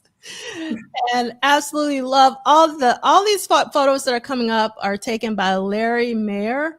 Look at that Kodak safety. Look at that Kodak safety. Yes. What I love about this shot is I think that's Atlanta Bliss, because I think that's a trumpet in the back. So that's got to be Atlanta Bliss, because that's a trumpet. Yeah. I love Atlanta in the shadows and Prince doing stuff with his tie. That's one of the parts that I love from the Glam Slam show. That's included with the diamonds and pearls. Like when he's dressing on stage and adjusting his tie and stuff. I absolutely love that. And then this is an iconic silhouette, Prince silhouette, when he puts his arms atop of his head. So, and his makeup is flawless, even though he's sweating like crazy, I'm sure. Yes, I love this, Vanessa. Uncle Earl was still on hair duty during this time too, and his hair was looking amazing. And let's see, another one here. Love the shot. And so, quick question, because like I said, we know that everything up to Mutiny has been out there. Do you know if the full show with the last two songs are in the vault? I'm guessing it is, but I don't remember the full show ever leaking. So I included what D68A has on their channel, and I was meaning to listen to it this morning, but I was running out of time getting the slide deck together. Right. So D68A, if you're still here, can you let us know if your link on your D68A channel is the full show or if it's the edited show. That would be great. So, and also the video as well. Go ahead. So I don't think, I don't know, but I think it's just audio on D688's channel, but I'll let D688 speak for themselves. So absolutely love the shot here.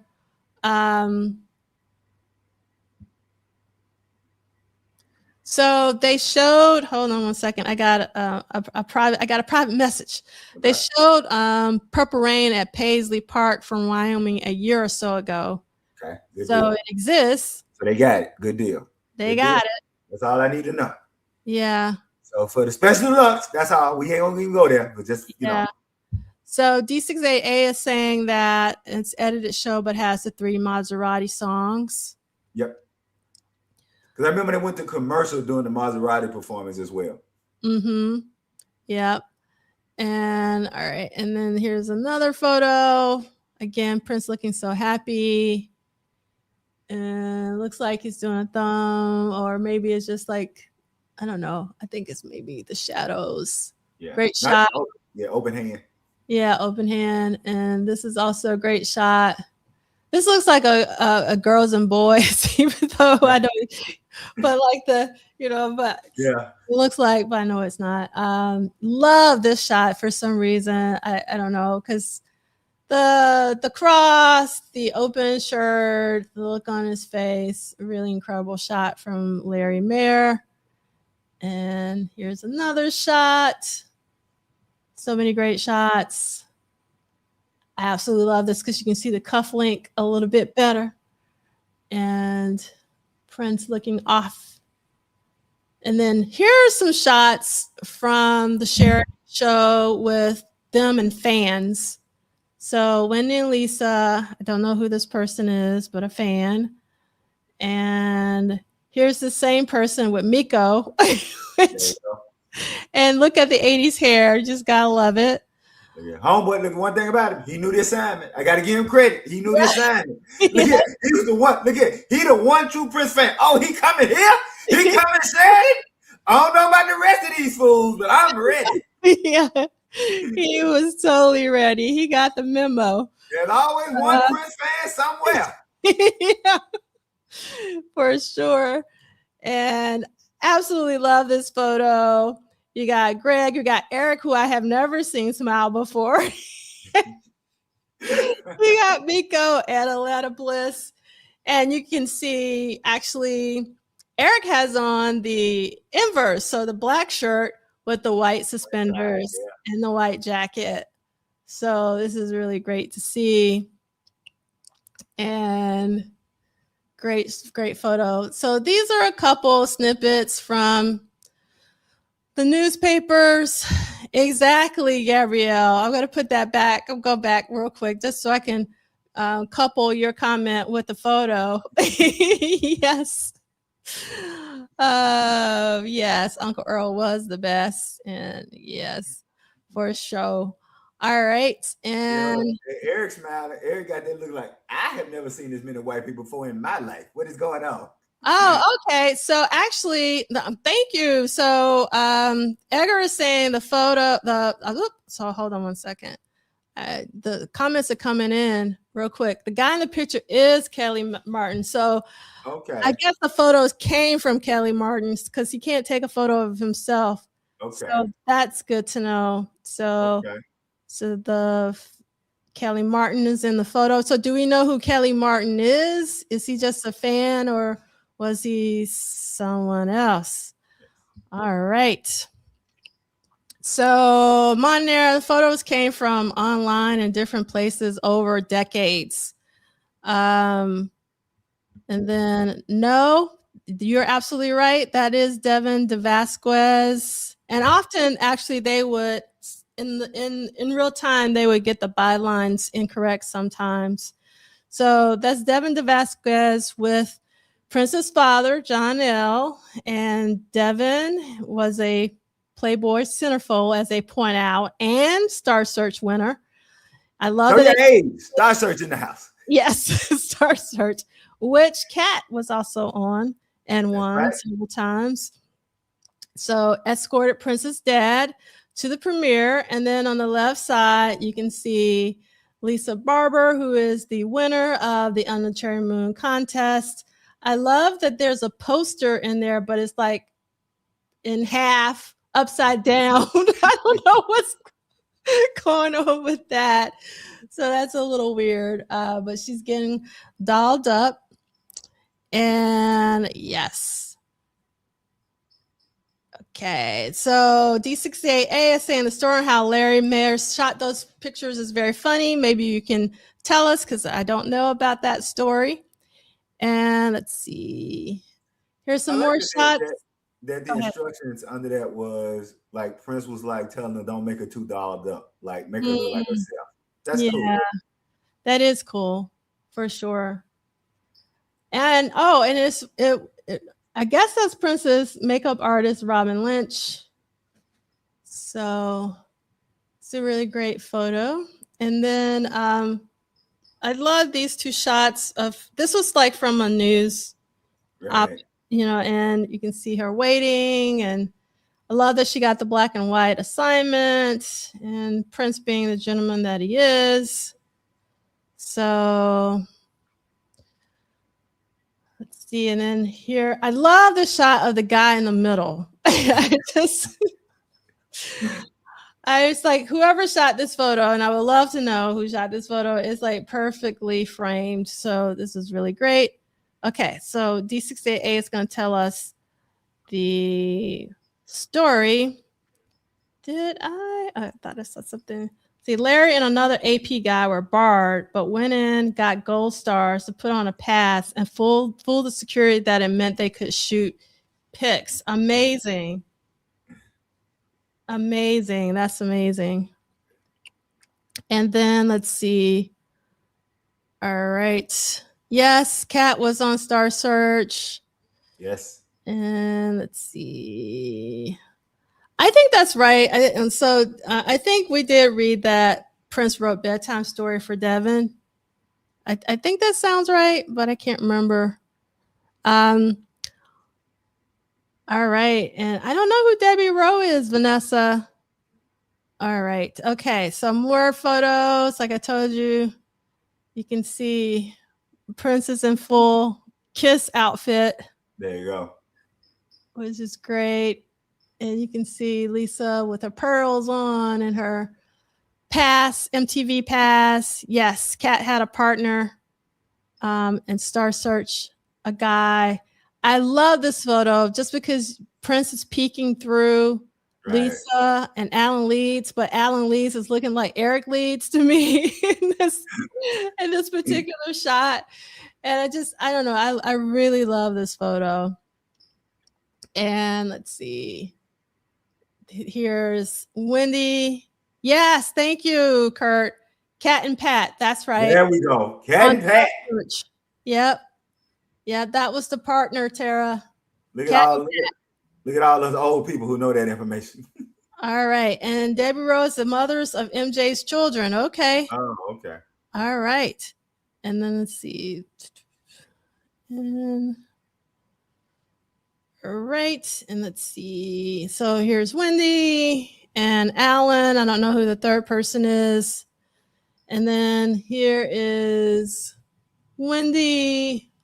I don't know what that thing is coming off of her collar.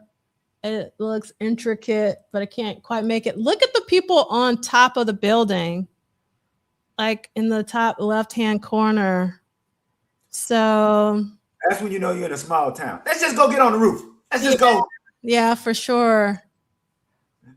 All right. So the Under the Cherry Moon 40 excursion, they're all together at La Pavilion, which is amazing, incredible. And I apologize to all the French people out there. I know I'm bastardizing the language, but I never took French. So sorry.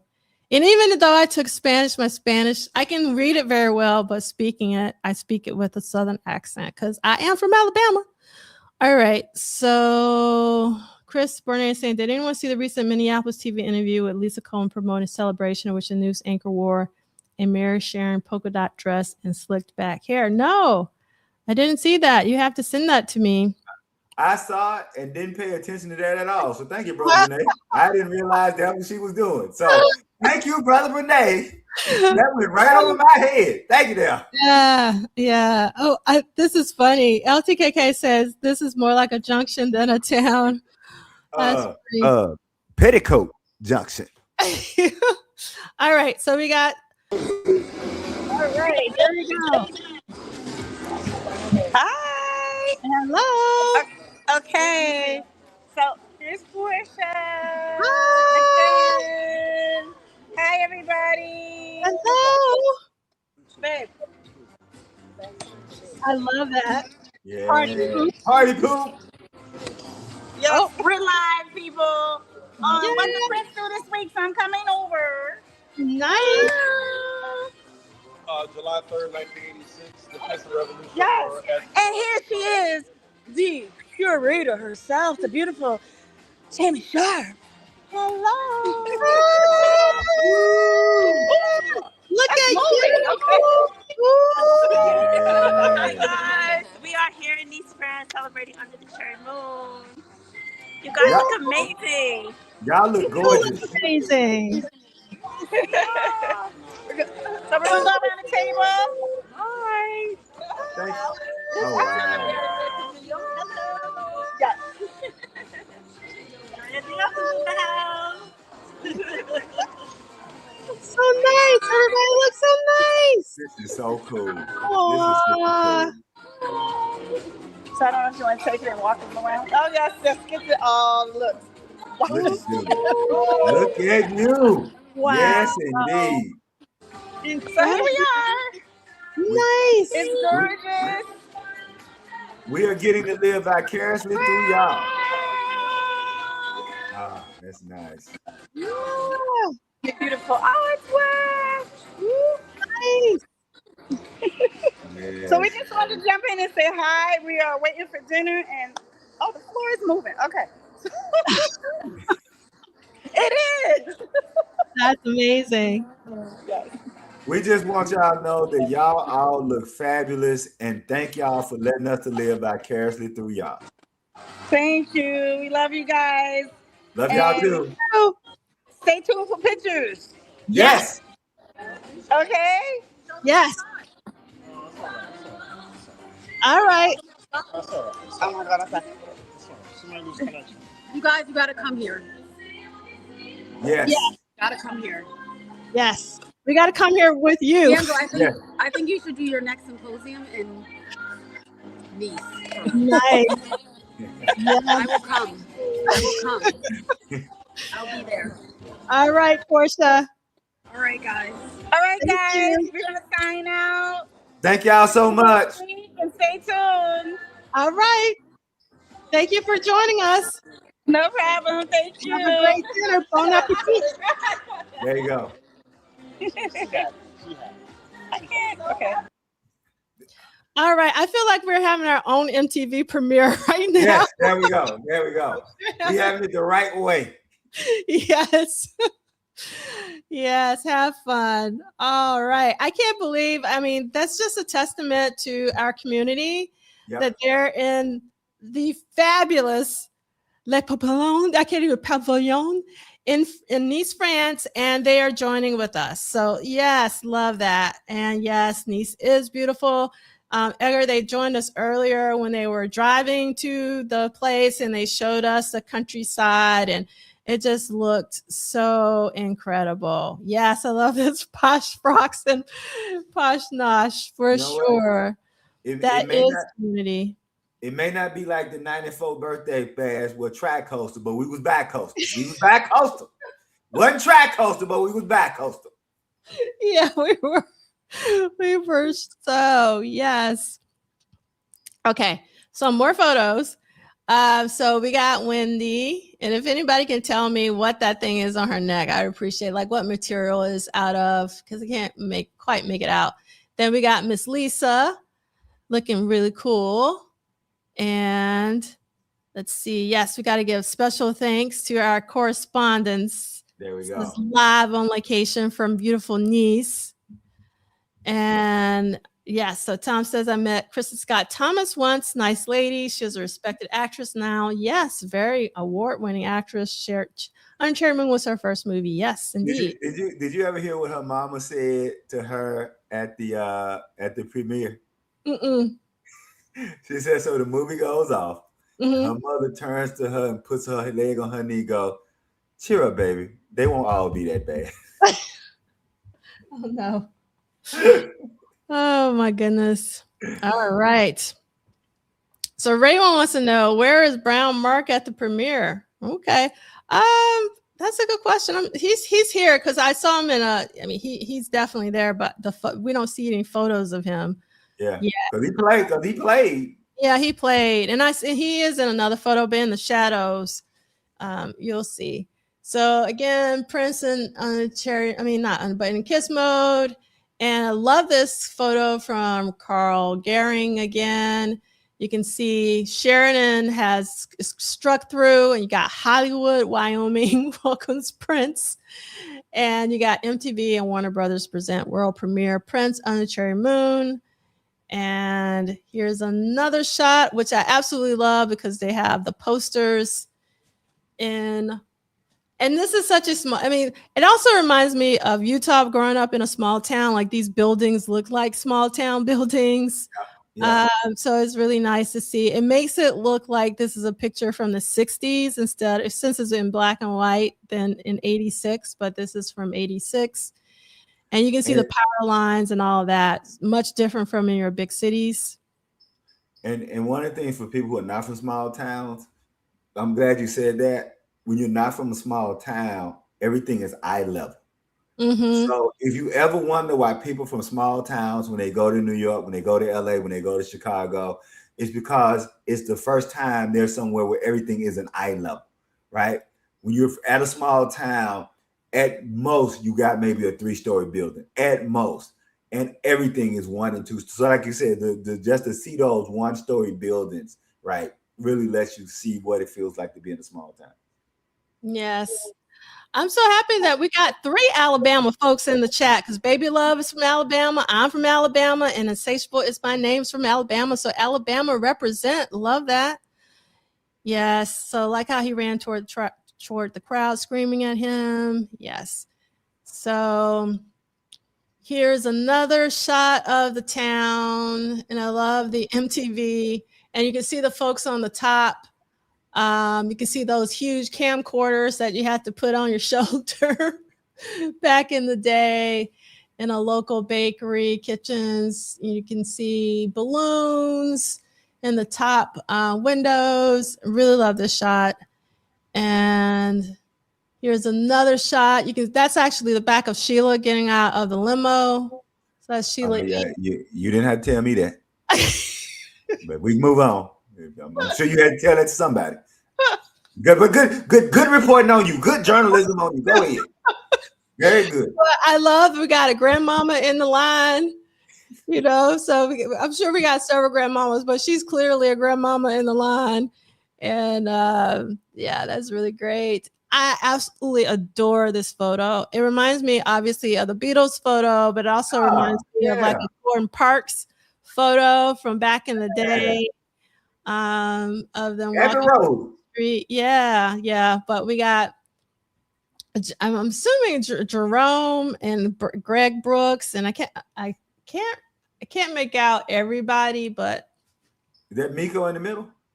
I think it might be. I'm not sure, but I really wish that I could get a clear of all the photos I've showed so far. This is by far my favorite. This is the kind of I love documentary photography as opposed to studio or concert photography, and I just love it when you can see like the environment and a lot of people, but you still have some focal, and then you see the cars of the day. And this reminds me of like photography about like Lee Freelander and people like that. Okay. So yes, Oldsmobile throwback, Stephen Shore, people like that in terms of photographers. Love this photograph a lot. Okay. This is another fantastic photo. You can see the 2 horses Not one horse, but you got 2 horses. And you can see more color of the photo. Great photo. This is another photo, which is really great.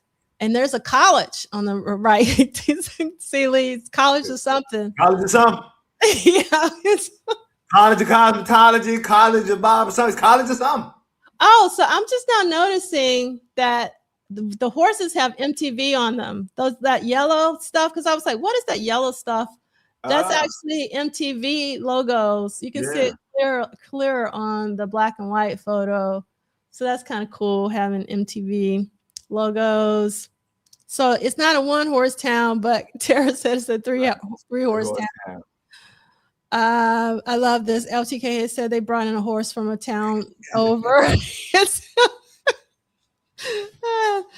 And it's definitely a different vibe than the Purple Rain premiere, Zakia, for sure. Okay. And here's another. I can't tell. Like somebody has these 2 poles raised. I don't know, like really close to welcomes in the middle. I don't know what they're holding up, but that's a bit odd. See if anything else. We got some Love Sexy polka dots in the bottom left-hand corner. So, okay. So this is a press release. I don't have the whole thing, but I will read this really quickly. Prince for a day on MTV. There will be spirited lunar activities somewhere in the USA on July 1st when rock and roll's royal prince sweeps up one lucky MTV music television viewer, the grand prize winner of MTV's Under the Cherry Moon with Prince contest, and escorts him or her to a world premiere of Prince's new Warner Brothers film, Under the Cherry Moon. The winner will get to know firsthand all the glitter of a Hollywood first nighter. The Clegg lights, I don't know if I pronounced that correctly, the limousines, and the red carpet grand entrance. He or she also will have the chance to meet Prince's co-stars and Under the Cherry Moon, Jerome Benton, Krista Scott Thomas, and Emmanuel Soleil. Following the premiere, which will be attended by 500 friends, the grand prize winner will continue the fantasy and co-host a party with Jerome Benton and MTV's VJs. Guests who will include stars from the film, members of Prince's band, The Revolution, and of course, Prince himself will dance the night away to songs from Prince's platinum album Parade. The entire event, featuring interviews with Prince and his co-stars, will be telecast on MTV. To win, all one lucky MTV viewer needs is a sharp pair of eyes and a fast dialing finger. On June 21st, for one time only, MTV will play Prince's videos, Mountains and Kiss back to back. Will play. Okay. Immediately thereafter, an 800 number will show on air. All right. So that was the press release for that. And here you can see like the world premiere tag, the invitation, and you can see it says dress casual, black and white, arrival 6 p.m., screening 6:30 p.m. And in terms of this PR Productions, I have a better scan of that, and it just shows the itinerary. So Crew Hotel is the Trails End Hotel. So the crew wasn't able to stay at the Holiday Inn. They stayed at the Trails End Hotel. And hey, we ain't got so many rooms now. Y'all gonna go down the street. Y'all take some of that down the street. Yeah, so some of them had to stay at another hotel. And then Alan Leeds, Karen Cradiger, Wendy and Lisa, Dr. Fink, Bobby Z, Brown Mark, Jerome, Atlanta Bliss, Eric Leeds. I don't know who Austin is. Austin, Oakvik, Wally Safford, Miko Weaver. They must have been, Hucky Austin, the bodyguards. Right. Hucky Austin, Oakvik, the bodyguards, Wally Safford, Miko Weaver, Greg Brooks. I don't know, Laterman, Laidm. Rodney was saying he thought it may have been Hucky, the person I thought was Miko. Okay. Wally, and then Gwen, who is Alan's wife. And so they all arrive on Monday, June 30th, and they got to stay everybody I named stayed at the Holiday Inn. And it says Jerome to meet with Martha Quinn at hotel at 9:30 p.m. And then Tuesday, July 1st, there is the premiere, Attire Black and White. There's a charter to Sheridan for Prince, Gilbert, Johnny Nelson, Alan, Randy, Page Somebody. And let's see, premiere party details to be announced. Wednesday, July 2nd, charter Aspen Air to Denver. It says Beth Brown's Palace Hotel. Then Thursday, July 3rd, Denver, Colorado, McNichols Arena. And Friday, July 4th, return to Minnesota. So that was a quick turnaround. They didn't stay there very long. All right.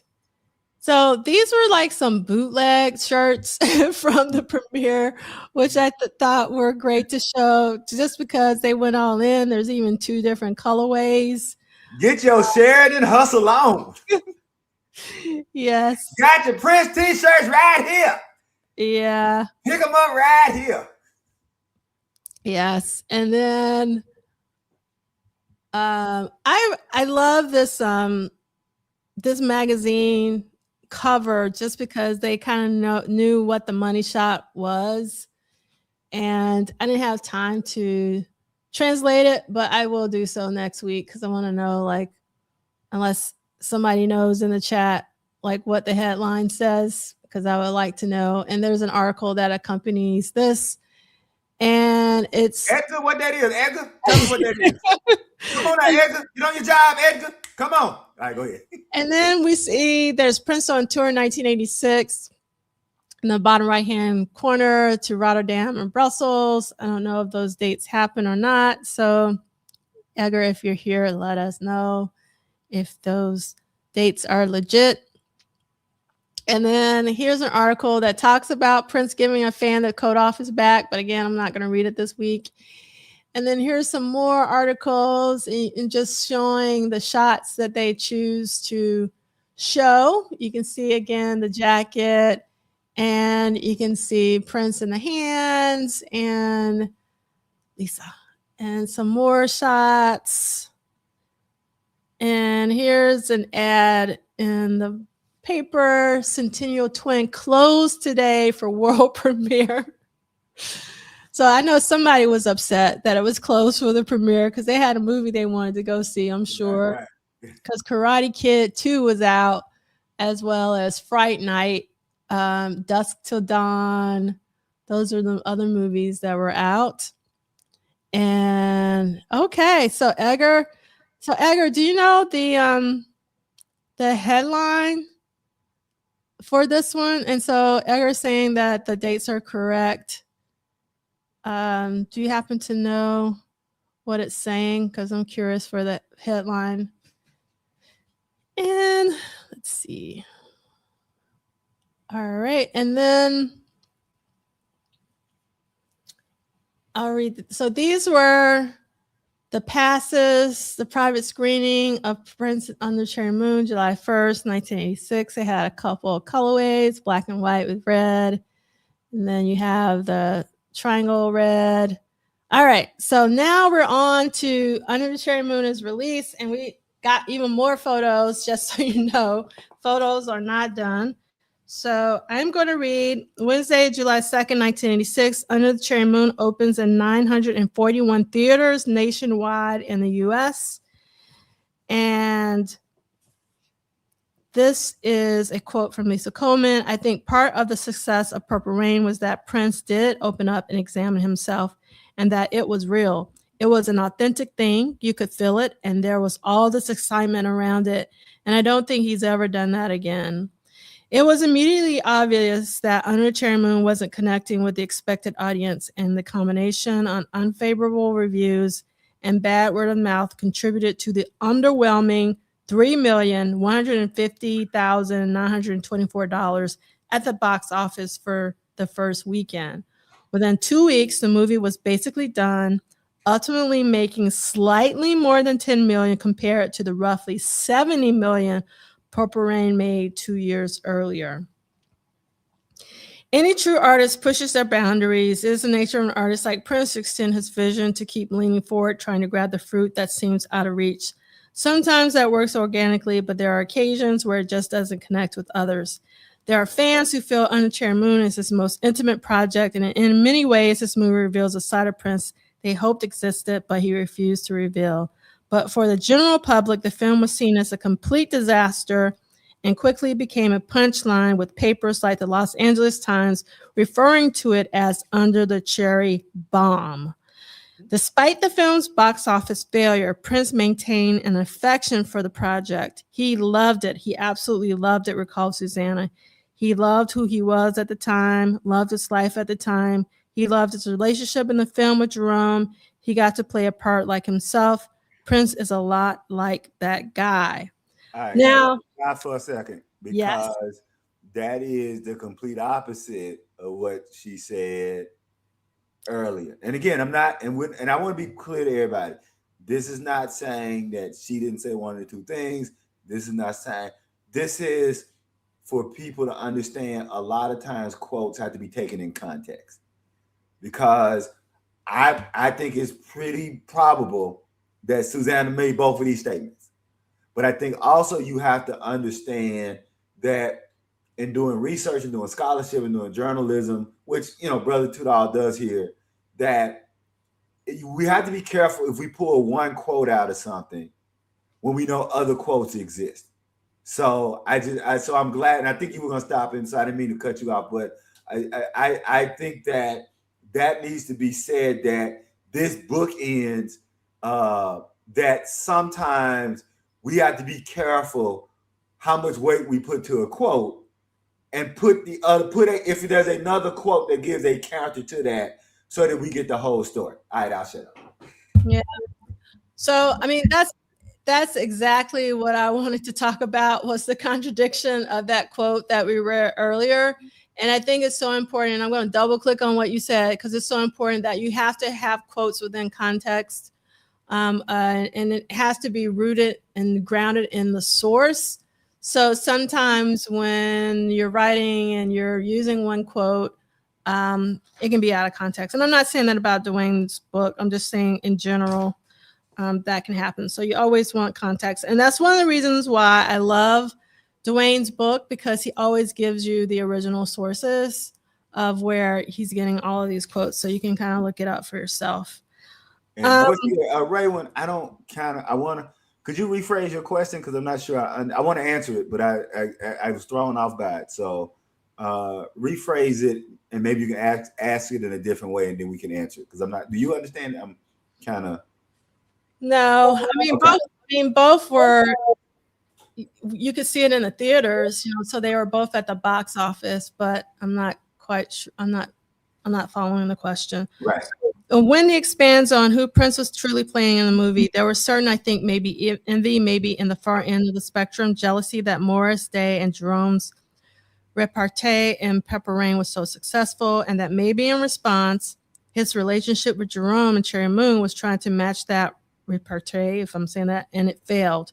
I don't think it failed, right. But that's what Wendy's saying. That was the first time you got to see it, you know, his record store thing. Just think about it. You can imagine Morris doing that sing 100%. I've never thought about Morris doing the record store sing, which I'll just say, for me, I knew Prince was Jamie Starr. I knew who Jamie Starr was. So in real time, when I saw the movie, I wasn't thinking about Morris Day.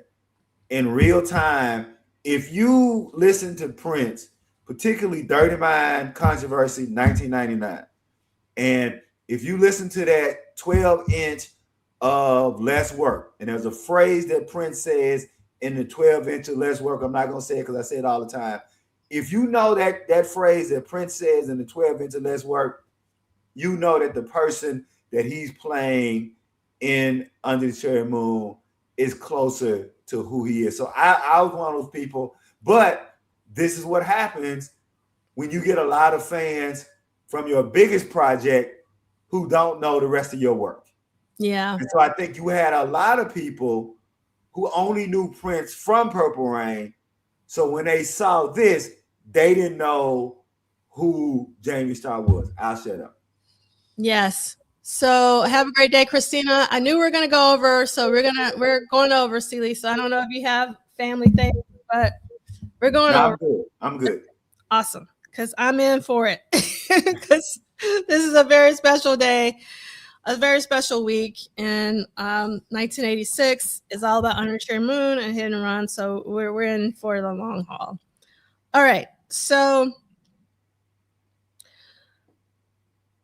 All right. Prince may have wanted to be like Morris in the film, but the Morris Day character was originally influenced by Prince, so in the end, it was another variation of himself. That is correct. Prince not only played a character that was similar to his own personality, but he also based a lot of his incidents in the movie on events in his life, including the scene that was originally considered for placement in Purple Rain, in which bats chase everyone out of the bar. That was actually a real scenario, Jerome explained. And Jerome, when I interviewed Jerome for the first time way back when for Grown Folks Music, he told me that story, and he's told it on other podcasts as well. So that is absolutely correct. He did have the power to shape the movie as he wished. And the unfortunate reality is that for the last year, Prince poured every ounce of his authority and every bit of himself into the project, focusing almost exclusively on creating this movie and the ancillary items that were promoted. And once again, he convinced those around him to follow him. For the first time in years, his vision was being questioned by almost everyone. Prince may have played a character that was similar to himself, but the script didn't express the flawed self-reflection of Purple Rain and made it difficult for some in the audience to connect with Christopher Tracy. After putting so much into the project, Prince still didn't necessarily see himself at fault. Every now and then, again, in the course of a year, Prince would open up a little bit, and you could tell there was definitely remorse from the lack of success of the film, remembers Todd Herman. We were back at his house, and I guess he was donating a bunch of movie posters that he was autographing, and I asked him, "What do you think happened?" Something to let him vent a little bit. And this is one of those moments that I think he was just very, very genuine. He said, "Todd, people were expecting another Purple Rain, and I just wasn't ready to do that." He would never regret, never say, "Oh, that didn't work out. Maybe I'll do it differently," explained Susannah. Nope, there was no reflection. It was constant movement forward. Even if something sucked, it wasn't his responsibility if it sucked. That's really it. I think, I could continue reading, but there's a couple of things that are going on here. I think this comment from Susannah is really important. So Prince, as we all know, was all about constant movement forward. So that's correct.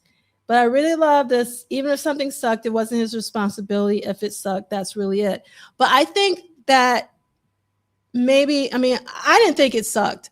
So the thing is, it's like the perception of the masses is that it sucked, when in fact, for me, it was a masterpiece. To this day, I absolutely love the film. I'm grateful for Purple Rain and that it allowed Prince to make Under the Cherry Moon. Mm-hmm. You know what I'm saying? So I think that's really interesting. And the other thing is, I don't know. It's become like a cult classic. And in fact, after Prince passed, a lot of the film critics and some of the original film critics went back and reviewed the film, and it actually has grown favorably among film critiks, where Purple Rain actually has done the opposite, because a lot of like the misogyny and all this is being pointed out from Purple Rain. So it's really interesting, the trajectory of the film critics. Yeah. And I love this comment from Chris Bournet: "Art is subjective, and Sakia is definitely a cult classic." Yeah, and I think that the whole point that I remember hearing Eddie Murphy say this as well is like, when you make art, you don't spend time thinking about that art if it doesn't hit. You just continue on to the next project, right? And I think that, so I'll give you an example of something that has always bothered me. It has always bothered me that Will Smith has spent years apologizing for Wild Wild West. And it has bothered me for two reasons. One, I don't think it's a bad movie. Now, I know probably people in the chat are going to say it's a bad movie. But number two, if you go back and read the reviews of Wild Wild West, the real issue was that a lot of reviewers still were not comfortable with a black lead and a white sidekick. And so my question was always, because by the way, I grew up on the original Wild Wild West. And so it always bothered me that the original, the television series of Wild Wild West was a quirky television series. How then is it if the television series was a quirky television series, the movie gets panned for being a quirky movie? I never understood that. But again, it bothered me that he spent so much time, and whenever he would apologize for it, it wasn't, it's a bad movie, it's this and that, but it was like, it was that, well, the critics didn't like it. And that just never sat right with me as an artist and as a fan of that movie, that I don't think you apologize for whatever art you make.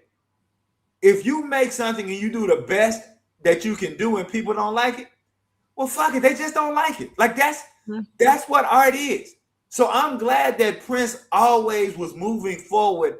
I made this thing, you like it, you didn't like it, I'm not tied to it, because I'm not going to let you make this one thing my whole experience. I'm not going to let you make Purple Rain, the totality of what I am, and I'm not going to let you make Under the Cherry Moon. They are both parts of my experiences. They related what I wanted to relate, and I'm going to move on. And to Brother Brene, yes, Blazing Saddles is an epic classic, and a lot of people don't know that Blazing Saddles was co-written by Richard Pryor. That's it. I'll shut up. All right. So El Michelle wants to know who's the white sidekick. Oh, I can't remember. I can't remember the guy's name, but it was kind of like a Richard Pryor, Gene Wilder thing. I can't remember the white guy's name, but it was almost like a Richard Pryor, Gene Wilder movie, which I love the Richard Pryor, Gene Wilder movies. All right, it was Kevin Kline. I think it was Kevin.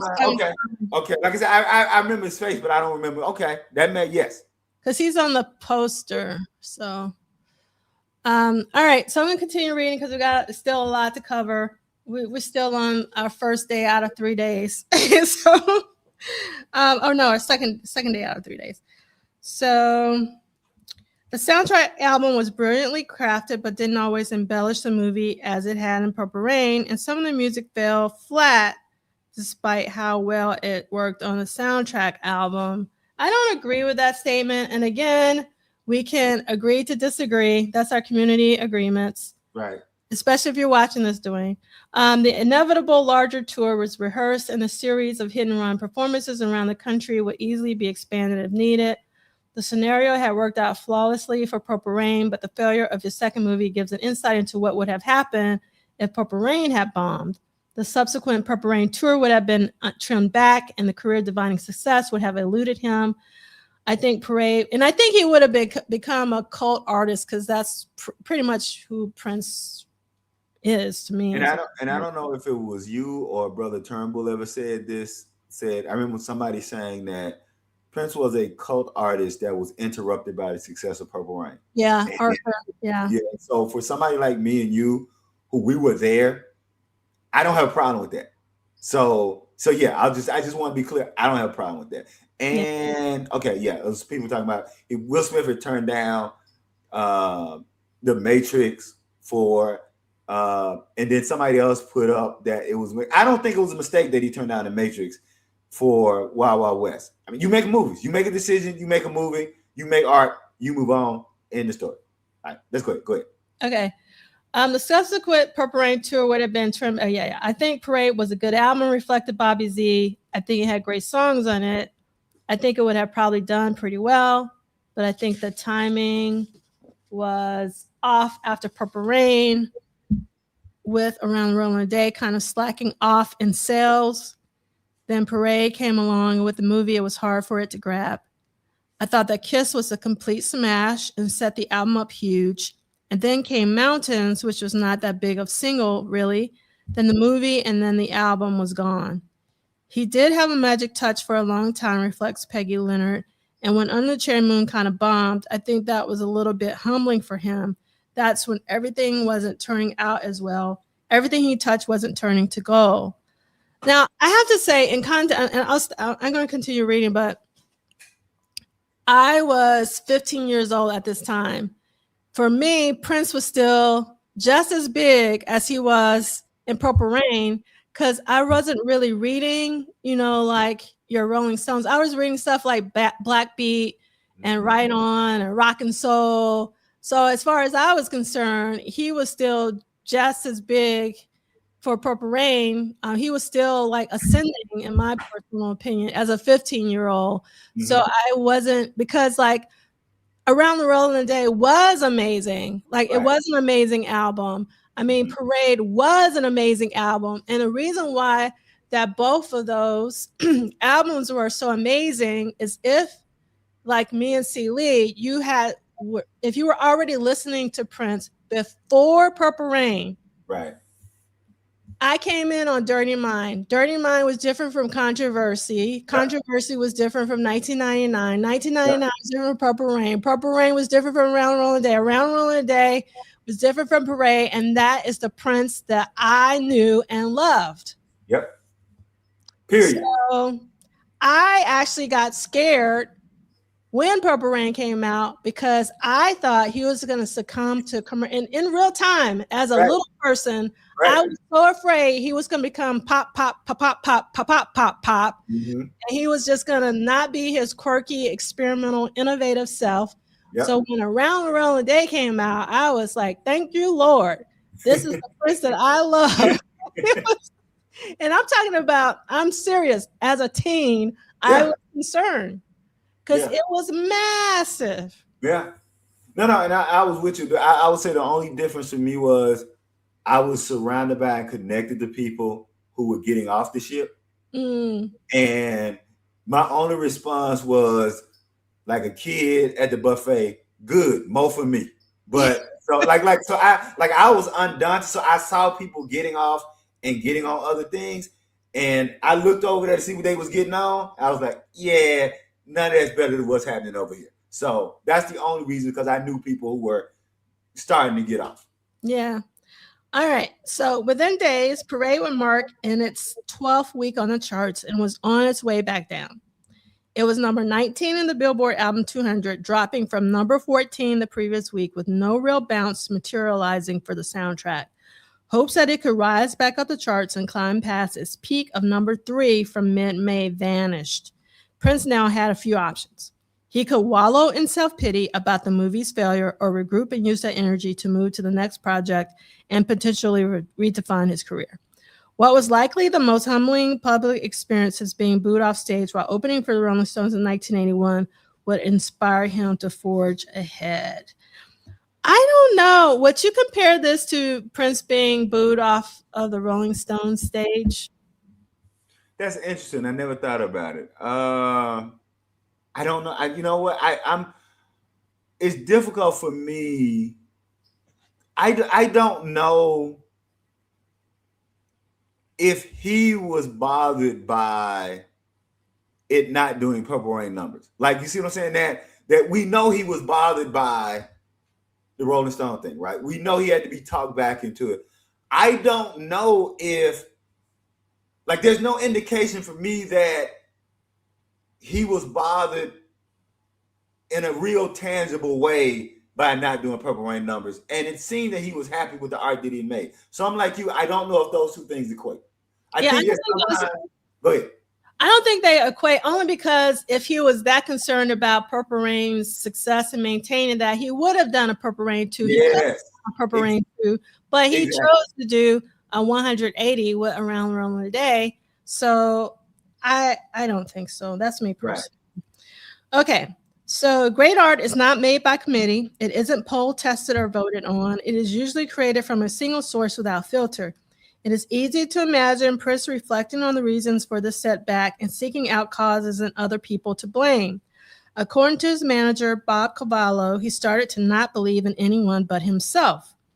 How I saw him manifest that kind of stuff was work harder. So he may have been less communicative, although he wasn't the most communicative guy in the world, shared Susannah. The way he dealt with it was to be more remote with humans, the people, and go create more. On to the next. The decisions about how to handle this turn would affect everyone around him, but it would also lead to him creating some of his most personal and inspired work. All right. So, Celie, do you mind reading about Wednesday, the second Wednesday? There we go. Wednesday, July 2nd, 1986. Anotherloverholenyohead. Hold on. Sorry. I'm going too fast myself. No, so we got photos. Remember I said we got tons of more photos. So let's look at all our photos. You know what? Yeah. Every time I see that poster, and I have no idea why, because I have the DVD, but every time I see that poster, I think about VHS. I have no idea why. Like it's because I remember getting that VHS. Because that's the cover of the VHS. Yeah. And for me, getting that VHS was as exciting as when I got the Purple Rain VHS. So kind of like you like having, and people forget, you had to wait a whole damn year for that VHS to come out. It wasn't like it left the movie and you was going to get it a month later. So when it finally came out on VHS, right? I remember after we first had to rent it at the damn rental stores, before we couldn't buy it. You had to rent it first and then months later buy it. So yeah, I love that VHS. It makes me think about VHS. And sometimes I just go in the garage and open my closet and look at my Prince VHS stuff. All right, let's move on. Oh no, Tom H says they were not a fan of the poster. I love the poster. What did you not like about it, Tom H? I'd love to know. Yeah, tell us more. Yes, tell us more.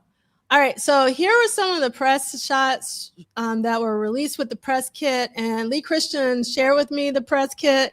And I really wanted to read it, but I'll read it next week if we have time because we're running out of time. And these aren't all the pictures from the press kit because there's like 10 pictures.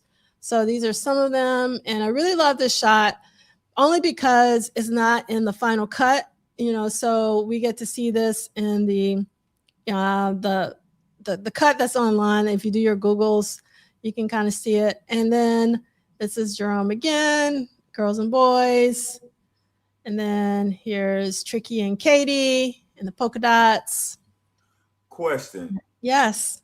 In the super ideal world, we get the parade super deluxe. We get the full 1 hour, 45 minutes, 2 hour cut of Under the Cherry Moon. Do they re-release that as a movie? Or do they just include it as part of the Super Deluxe? I think they should re-release it as a movie only because I really do think that the Glam Slam show should have gotten a theatrical release. Mm-hmm. Because the movie is a little different, but they still could re-release the Glam Slam show as a theatrical release, especially after Sign of the Times Live fell out of the sky last year. And I've seen Sign of the Times Live, Celie, probably the most of anything of Prince's in my lifetime. And I went to the theaters 3 times to see that in IMAX because it was like seeing it for the first time. And it was something that I didn't know I needed last year because, things, we've been having pretty rocky years lately. Right. And it was just like so much sunshine. And a lot of the Prince fans, we've already seen Sometimes Live, but even still, it was incredible to see it in IMAX. But a lot of people have not seen Glam Slam, including Prince fans. So that Glam Slam show is so incredible. And I think you have to witness Prince live to understand them. So that is such an incredible show, the Glam Slam show, that I still think that they could do like a theatrical release of that. So I say that to say they could also do a theatrical release of Under the Cherry Moon, as a tie-in for sure. Right. All right. So I have so many photos. I'm just going to go through these really quickly. You saw some of these if you came to the symposium. It was on the slide deck, but it's nice to see some of these shots in color. Also, it's nice to see Nice, as some of our fellow friends and community are over there right now. And I just love seeing the costumes in color because they're so incredible. And here's Mr. Isaac Sharon. And here's Jerome. And I love this shot. It's a beautiful shot. It's more Jerome shot. Butterscotch chocolate. No way. One of my favorite scenes ever. But I love, there's one. Sex? Yes. But there's, in the film, Prince doesn't have a shirt on. It's the one to the right, but the one on the left, Prince has on a shirt. So I wonder if there's an alternative scene where Prince has on the shirt and he saw it and he was like, you know what? I don't need the shirt on. So I'm going to take the shirt off, which I think was a really great call. So yes, of course, Tom, if you know me, but you probably don't, I've been talking about that for years. I would love to see it in color. And that's Jamie Starr. Yes, for sure. And I love the expression on Jerome's face. This is an iconic photo from an iconic scene, but it's really great to see the color of Jerome's outfit. It's the same outfit from The Family Screams of Passion video. Love this shot. I got waylaid. No, you got laid. Yes. And then this, I think, is just like I guess this is when he's coming in doing the Bela Lugosi. Because at first this kind of looks like a phone booth, but I realize it's the entrance to that place. And this is, I think, Katie, but I'm not sure. This is Mary Sharon. Love this at the bar. He dogged me. He hunted. Mary, my girl is what is his. Yes. And this is a shot that I don't think we got because I don't remember them being in the same room. No. So this is an interesting shot. And then here are some for all the fashionistas out here, some of the original sketches. And some more sketches. And this was absolutely stunning dress here. And this is also an absolutely stunning dress here. And when I finally, I don't have it after. When I finally saw this dress in color, I was just really blown away. It's a beautiful dress. That the color doesn't translate in black and white. Now, I will say this about this shot. That's an important scene that's not in the release version. Yeah. There's some things that she says in that tub that would make the film feel less choppy for some people. So I would just say that's so anyway, so that's neither here nor there since most people are not going to get to say that. But that shot, that scene, that's one of the things that we missed that we didn't get in the full version. That's it. And here's more shots. Kristen Scott Thomas, Mary Sharon in color. Here's one of the press shots. Beautiful couture. More shots. That car's weak. They see you coming. Yes. Here's the dress. Beautiful, stunning dress. Maybe if you took off your chastity belt, you could breathe a little more better. That's right. And I love the shot of Kristen on the left. That's a cool shot. Oh, I'm my bad. I jumped ahead of myself. Billy Eckstein, he ain't, baby. This is a great shot. And Mrs. Woman Wellington, in white. the woman and lady in white. Fantastic shot on the left. It's beautiful.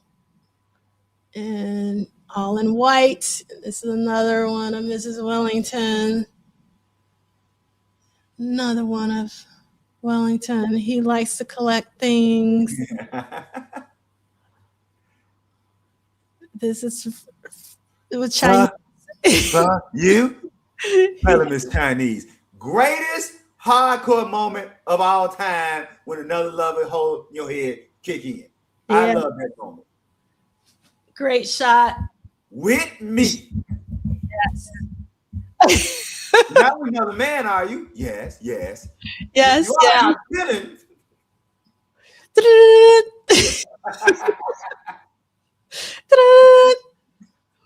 I love this scene. Dun, dun, dun, dun, dun, dun. You know I love you. And the iconic. You was up all night thinking about that line, huh? Yes. From the beginning and color, Jeff Katz. Now give her the eyes. Yes, now give her the eyes.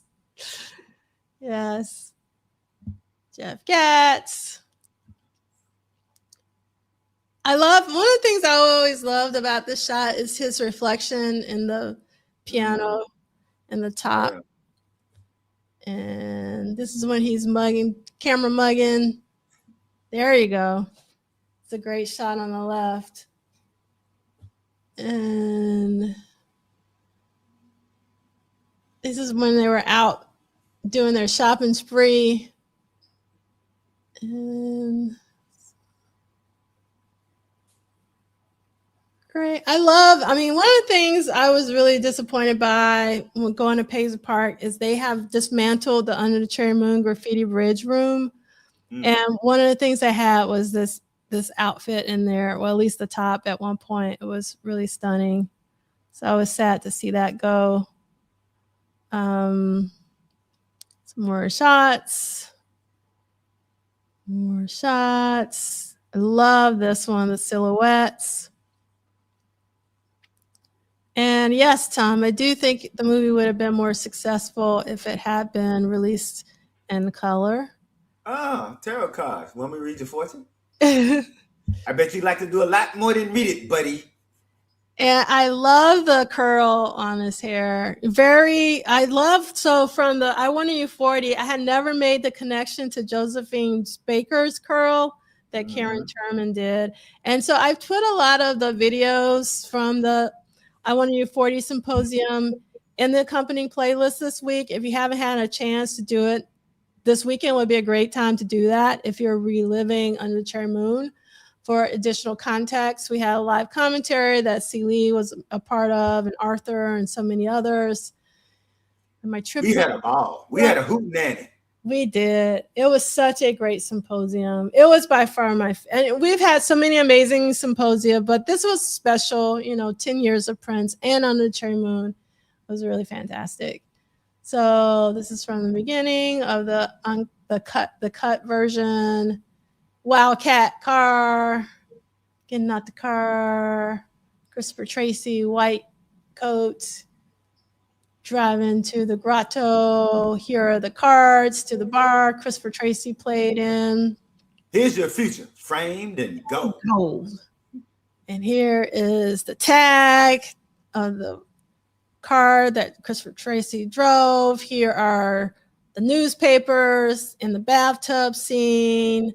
And these are some crew jackets with the Under the Cherry Moon logo, and the bed that was custom designed. This was, I can't remember if this was Mrs. Wellington's bed or was this Mary Sharon's bed? Mary Sharon, because Mrs. Wellington had all them feathers. Oh, yeah, she had all those feathers. That's right.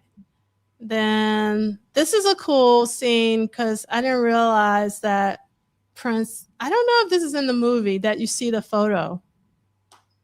Do you see the question? Yeah, that's a good question. I don't remember seeing the photo. That's a good I don't question. remember seeing the photo, so I wonder if it was in there and they took it out. Wait a minute. In honor of Brother Ricky. Yes. That was one of his favorite lines. Yeah, but you have no arms. Yep. And then obviously the shot.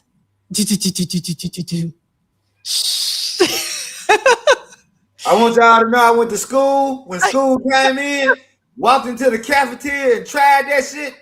And the girls pelted me with the food. It didn't work for me, just so you know. I still got the dope. Yeah. So somebody said, "Fool, sit down." So I was so my private message told me that yes, it is in the movie, the photo. There we go.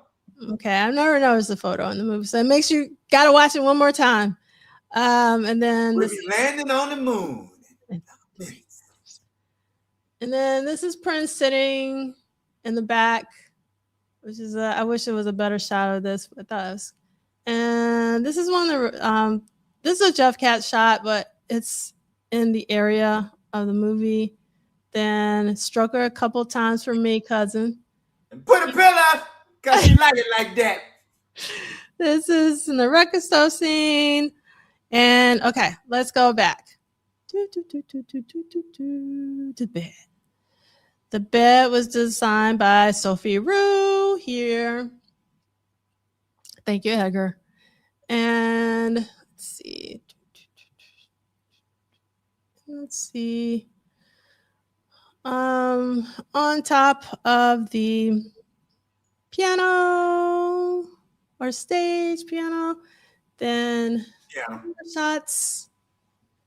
This is, I think, the shot from the Another Lover Hole in Your Head to the right. Mm-hmm. And this girls and boys. I love this. I love seeing the collective. So I watched a lot of Kung Fu movies as a kid, and I love like the clan, the Kung Fu clan. They all had special powers and stuff. So this is kind of like my Kung Fu Prince clan here. I love this. Boo! Yes. And Dr. Fink is looking so cool looking cooler than cool. He has on the purple rain shades. I was gonna say I was glad. I always like the fact that, and this goes, again, the Brother Turnbull, Prince operating in two different timelines. That he always gave us something from the past, as an anchor, as he was moving through the present into the future.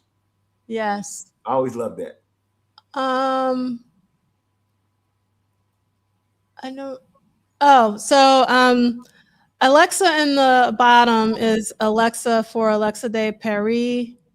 That's the dancer. She's also in the beginning scene as well. And she was the daughter of one of Cavallo, Ruffalo, or Fargnoli. Which one?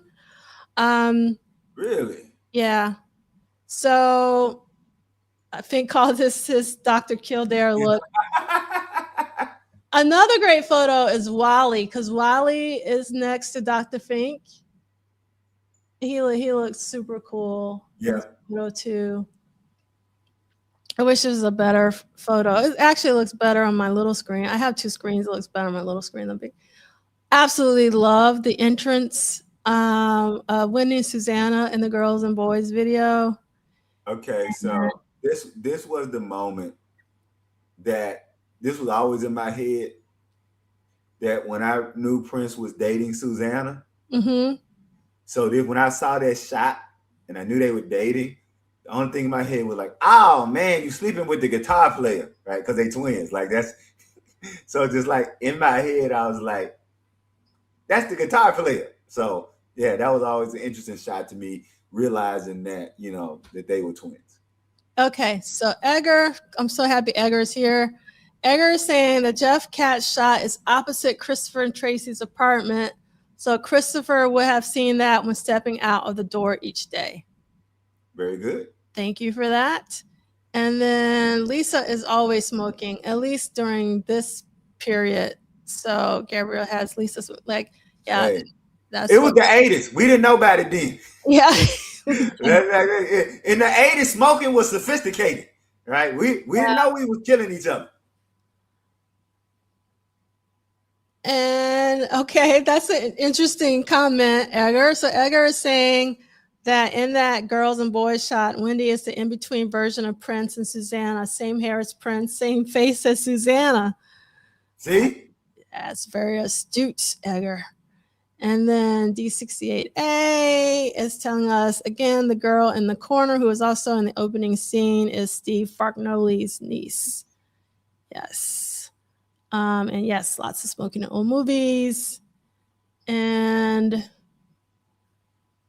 always love this shot.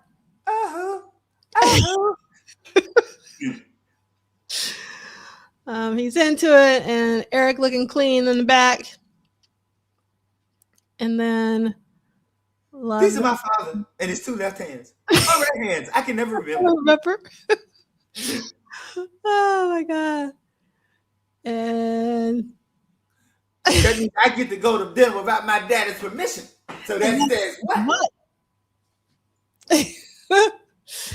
Yeah, I love when Jerome would go, yeah.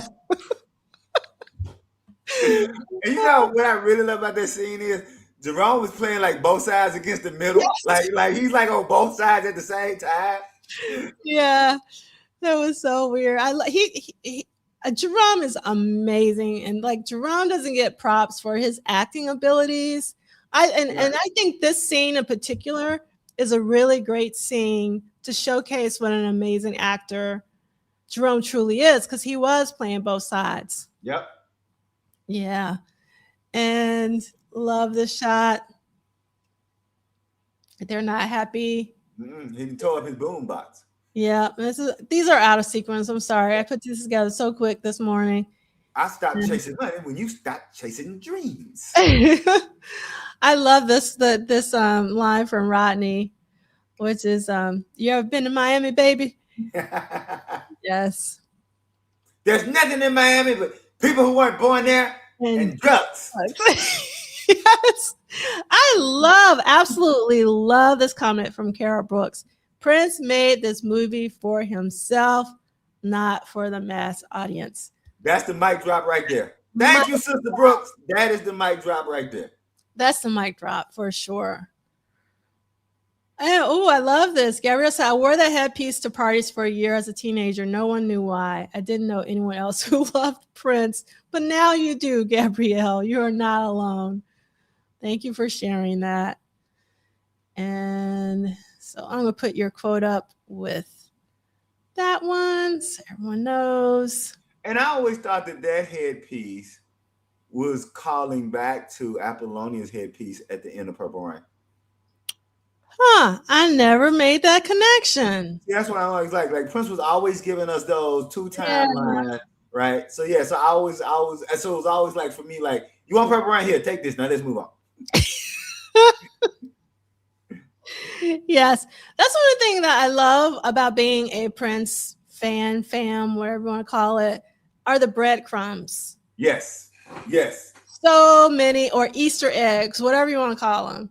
So amazing. So Rodney said, I received my film jacket from the amazing Gwen Leeds. That's incredible. Yes, I wholeheartedly agree with this. Black Bear, Hollywood didn't do justice to Jerome and Morris Day. They didn't get the right roles. And although I will say that the television series New Attitude, in which Morris played the hairdresser, I always thought that was a really good series. It only lasted like half of a season, but I really like Morris in New Attitude. And when you look at stuff that's out now, like that movie, I mean, that series is like what's showing now on Netflix and all those things. That's that series almost 20 years ago. Yeah. All right. I love, this is when he says something like, he doesn't know what's good enough for Isaac Sharon is good enough for me. There you go. Love that line. And that's I know in my presentation I talk about that in the beginning of the film, Christopher and Isaac are the same person. And that what happens is Christopher makes the transition to being a better person. Yeah. Yeah. I don't know which photo we've gone through so many photographs with the delay. It's hard to tell which one.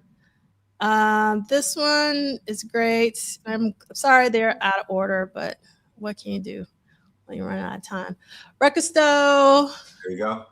Love that. Louder, get louder. And Jerome is just breaking down. If you want to buy a sample, exactly, Celie. Go ahead, David, go do it. Oh, no, I love you got the. If you wanted to buy a Sam Cooke album, where would you go? To the record store. and I love the choice that she made when you can see it on her face how foolish she feels. Yeah. That's what makes it really funny. She's like, oh, hell no. Yeah. And this is another one. Yeah, I love, yes. It's like, where would you go? That's such a classic scene. Yes, so I mean, this is a really good point, Chris Bournet. A lot of people don't like when the lead character dies in the end. And in fact, there was a version that was screened that we talked about in one of the readings here, or maybe it's definitely in the Howard Bloom book. Howard Bloom was a publicist for Prince around this time. And he talks about where they did a screening where Christopher Tracy does not die. And it got more favorable reviews than what we ended up with. So there's definitely something to that. And I love that Tom's like, I didn't like him dying in the end. Okay. And I remember like my cousin John, he talks about that in real time in the theater, that was like chatter. So like before that scene, everybody thought it was over. Like everybody thought the movie was kind of like, okay, he's gonna get the girl. So I do remember there being light chatter and like people were looking around. And I remember the moment the gun goes off and like there's silence in the theater, like what the fuck just happened? So yeah, it was like people were robbed, whether they liked the movie or not. It was almost like people were robbed of their happy ending. And so that kind of threw people even more. It didn't, like I said, it didn't bother me as much, but I do remember that moment that the theater went silent. All right, that's it. All right, more of the twins. That finger symbols. Is that finger symbols happening? Yeah. There we go. Got some finger symbols. Yes, I never noticed that. I was so focused on Wendy and her amazing guitar in the front that I never noticed the finger symbols. Thank you for that. All right, so we're finally ready for Another Lover Hole in Your Head. Celie. Wednesday, July 2nd, 1986, Another Lover Hole in Your Head, the third and final U.S. single from Parade, was released with Girls and Boys as the B-side. Considering all of the incredible material Prince had recently recorded, the choice of an album track for the B-side was odd, but likely the hope was that it would promote the Parade album. Unfortunately, Another Lover Hole in Your Head didn't generate the expected excitement, and it only reached number 63 on the pop charts and number 18 on the black charts. According to Susan Rogers, quote, he wasn't aiming for hit singles so much as he was aiming to reinvent himself in a way of, well, once again, doing what had worked in the past, positioning himself as being an artist that the critics admire and say, quote, this is someone to watch. More of us should be doing what this guy is doing, end quote. But this time, even the critics who had adored him in the past couldn't salvage the project and the film, album, and tour, which failed to recreate his earlier successes. I will simply say that I don't know if I want to say what bothered me.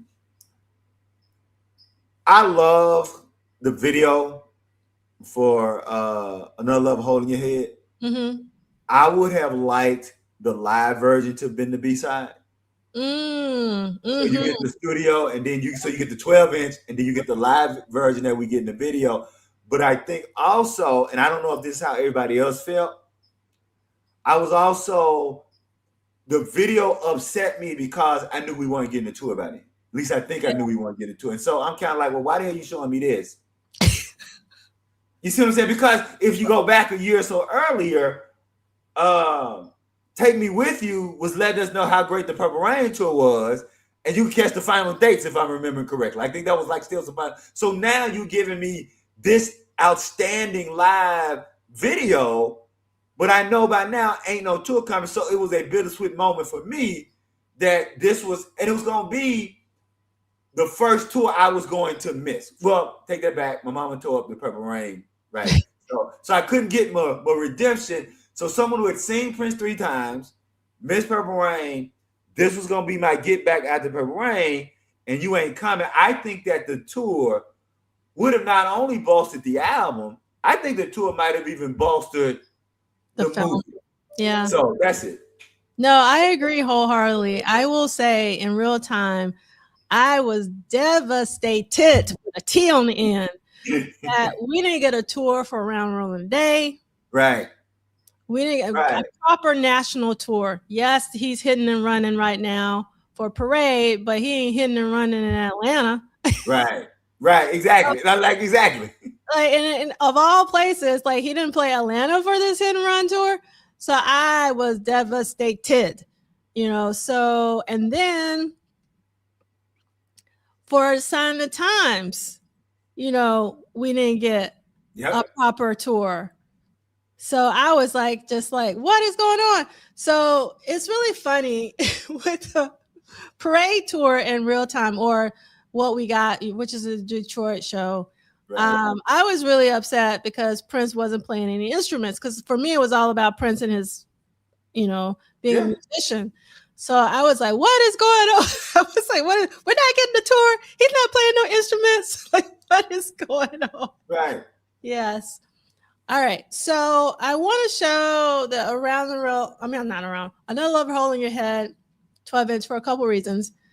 For the I Want You 40 Symposium, I had the privilege of interviewing Laura LaPuma, who designed this cover. And I always found it odd that this particular cover, in terms of the U.S. releases, broke the mold of the black and with the white background, Jeff Katz, photo, the iconic Jeff Katz Parade photos.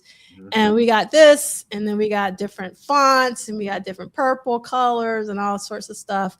But the one redeeming thing about this cover for me is that Brown Mark finally gets some shine, because Brown Mark is often put to the side. And so, we had Wendy on the Kiss, and then we had Lisa on the back of Mountains, and we have Brown Mark on the back of Another Lover Hole in Your Head. So it was so great to get Brown Mark on this. So yes, Carol Brooks, Brown Marks, yes. Going back to what you said, I never thought about getting the live version as a B-side. That's pretty brilliant. But I was super salty that we didn't get a legitimate B-side and we only got Girls and Boys as the B-sides. And I was like, what is going on? I was very unhappy. Right.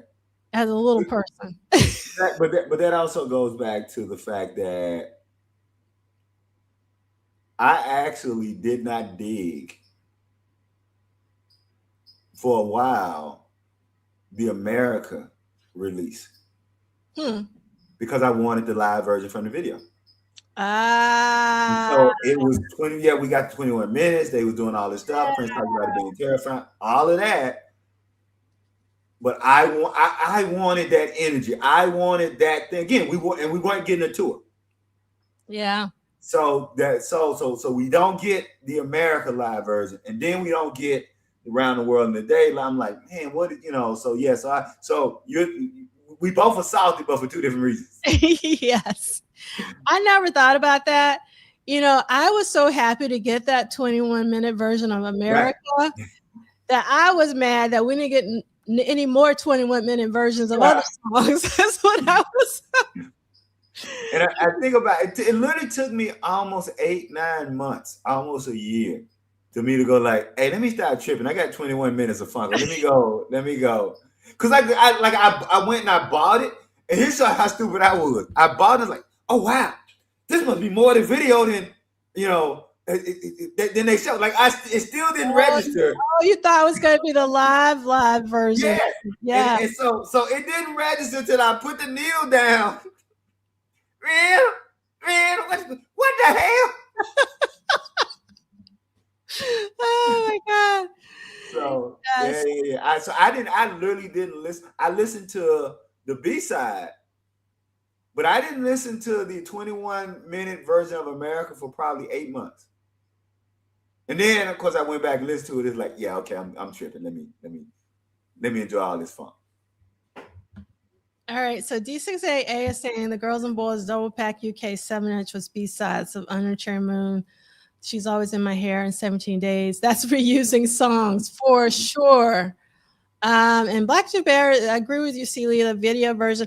I mean, I thought the video version of America was the best thing since sliced bread, but Prince hadn't released anything up until that point. So it wasn't even in my mental Rolodex. It registered. Yeah. You know, but like if you would have, maybe, but yeah, this was like absolutely amazing. And there was someone, so for me, Bubble 617, when I was little, I recorded Sometimes Live on a cassette, and that's what I played. Sometimes Live. I never played the album unless I wanted to listen to the Ballad of Dorothy Parker, because he didn't perform that and a couple of other songs. But then there was something else someone wrote. And just to get on Prof Duff's nerves. Oh no. No.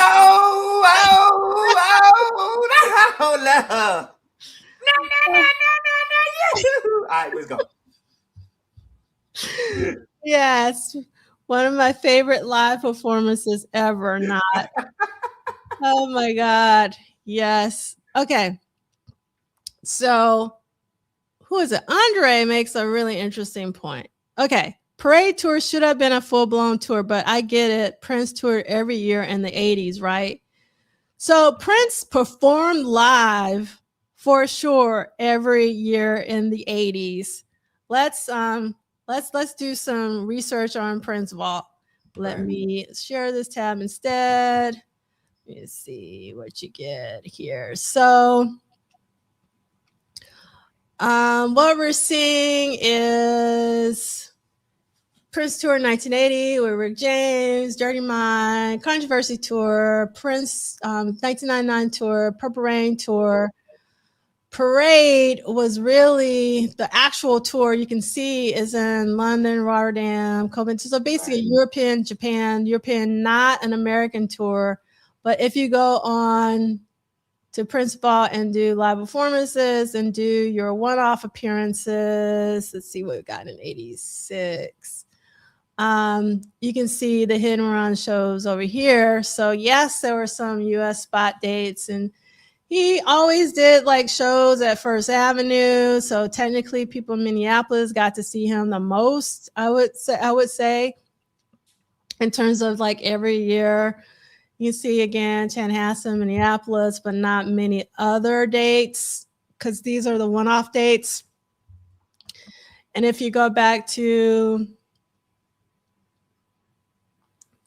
the Sign of the Times tour, you can see a lot of European dates, a lot of Netherlands, France, Italy, Germany, Switzerland, Sweden.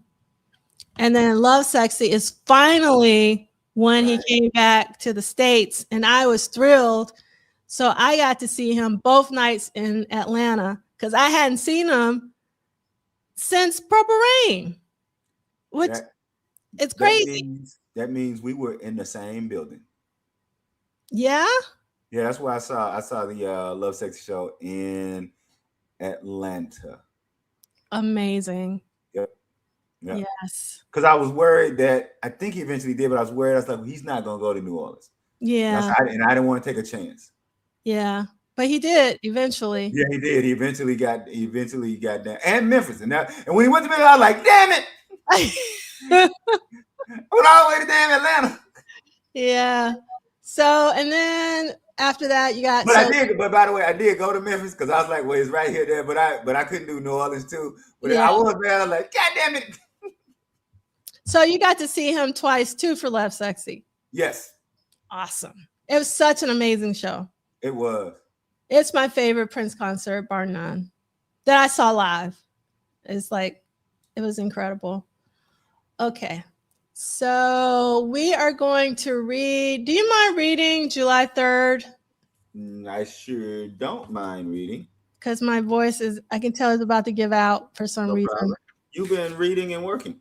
Yes. Thursday, July 3rd, 1986. Venue, McNichols Arena, Denver, Colorado. Capacity, 16,000 plus, sold out. You want the Brown Mark quote? Yes. Brown Mark says, I think it was a matter of him creating another extraordinary entity to take him to a new level and excluding us because we now became irrelevant. We now became not Prince and the Revolution. It was Prince and the Wendy and Lisa show. And I saw that coming early on because it hit me like a ton of bricks, in the quote. The tour was scattered and probably not having the intended effect. The shows were sold out, but there would often be weeks in between concerts, leaving it much less satisfying for the audience. And sorry about that. It's my alarm. For the audience and the band, which was having its own inner conflicts. Lisa says, quote, after the Wyoming thing, he was doing lots of PMS things like fits and start. Oh, PMS. Wow. Okay.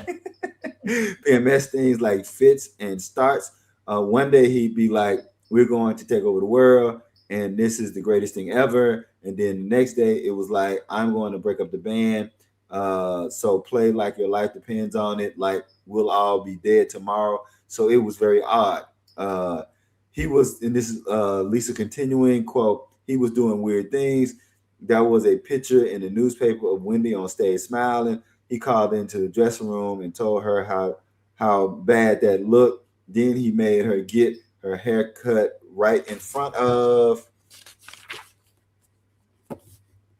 him in his dressing room so that she looked more like him. It was one of those really weird days, like, what the fuck? Marilyn's here and she's in a bad mood, in the quote. that for y'all don't know, that was one of Prince's nicknames they had for him when he was being what they would consider a jerk. Continuing on, Prince played A Case of You, likely since Joni Mitchell was in attendance. It would be the only time it was performed during this year's concert series. During the second encore, Joni and then husband Larry Klein joined Prince on stage. Remembers Wendy, quote, he was like, can you guys come out and do Purple Rain? And Joni's like, I don't know it. So Prince goes, Purple Rain, Purple Rain, Purple Rain, Purple Rain, Purple Rain. And he laughs, in the quote.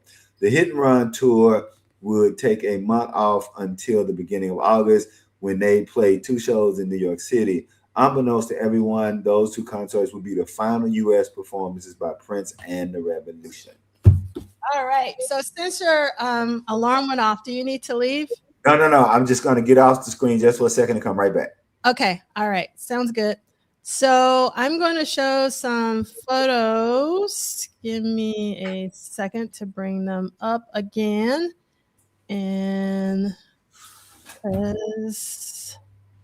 right. So this is the ticket for the McNichols Arena, and you can see that the tickets were $17.50.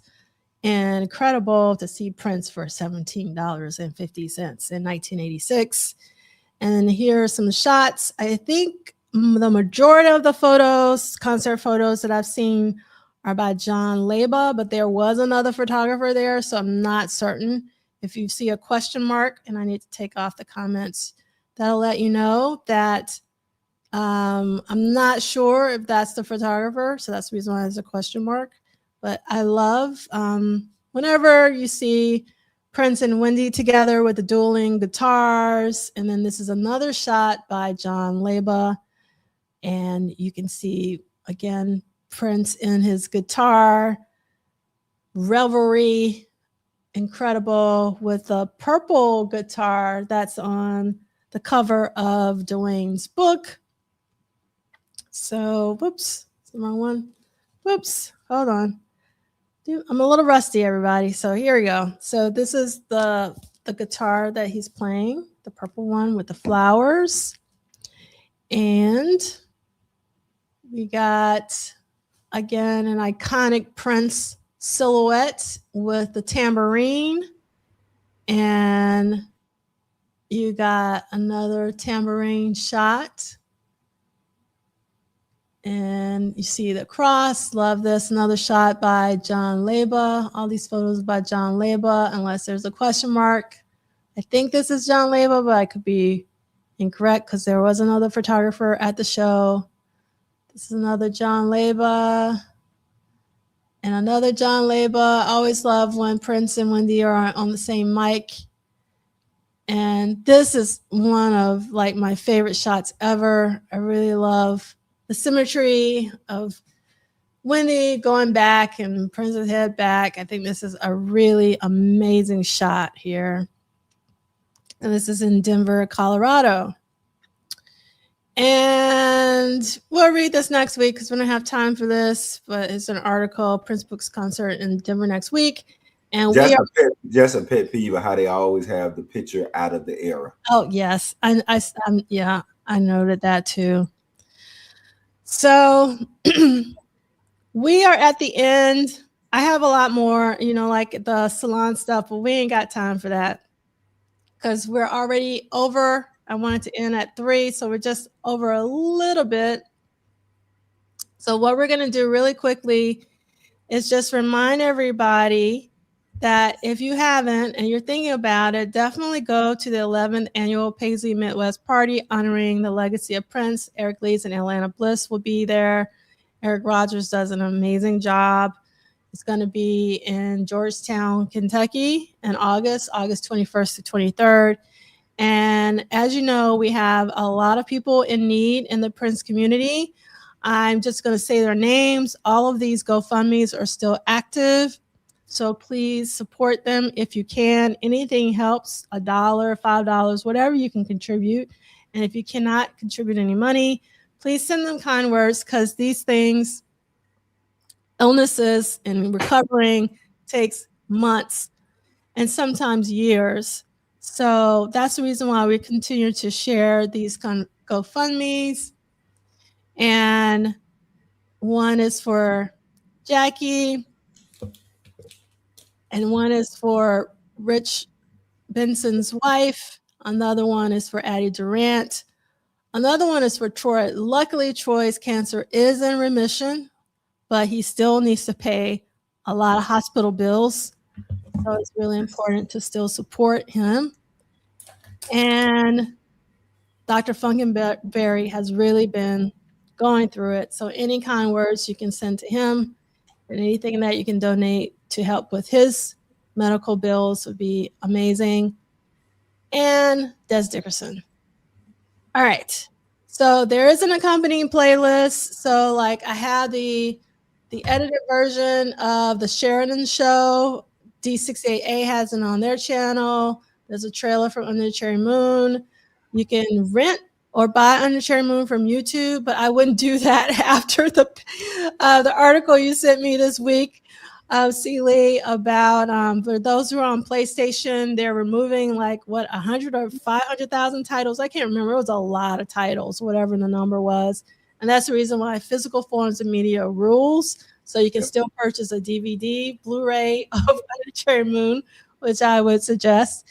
And then we also have in the playlist a lot of, not everything from the symposium, but all the Under the Cherry Moon related conversations. I didn't put all the parade related conversations. So if you didn't watch it in real time or you didn't finish it, this weekend would be a great time to do so if you want to catch up on the many amazing roundtables and presentations we did for Under the Cherry Moon. And then really quickly, we have a Ricky Wyatt playlist for those of you who miss his voice like I do. And if you can, please donate to the Crohn's and Colitis Foundation in memory of Pretty Ricky. We miss him so. And with that being said, C. Lee, take us on out. Like we always say, first of all, Prof. Duff, we thank you for curating this spot where we can all get together. We thank all of y'all in the chat who show up every Saturday and give us love, give us information. And what I always say is, love the people you love, hug the people you love, tell the people that you love that you love them. Love the people you love, hug the people you love, and tell the people that you love them. And with that, we will see you guys next week. And I just want to give a quick shout out to my grandson Joshua and my granddaughter Olivia. They know why. Granddaddy Dynamite loves y'all. I will see y'all next week. All right.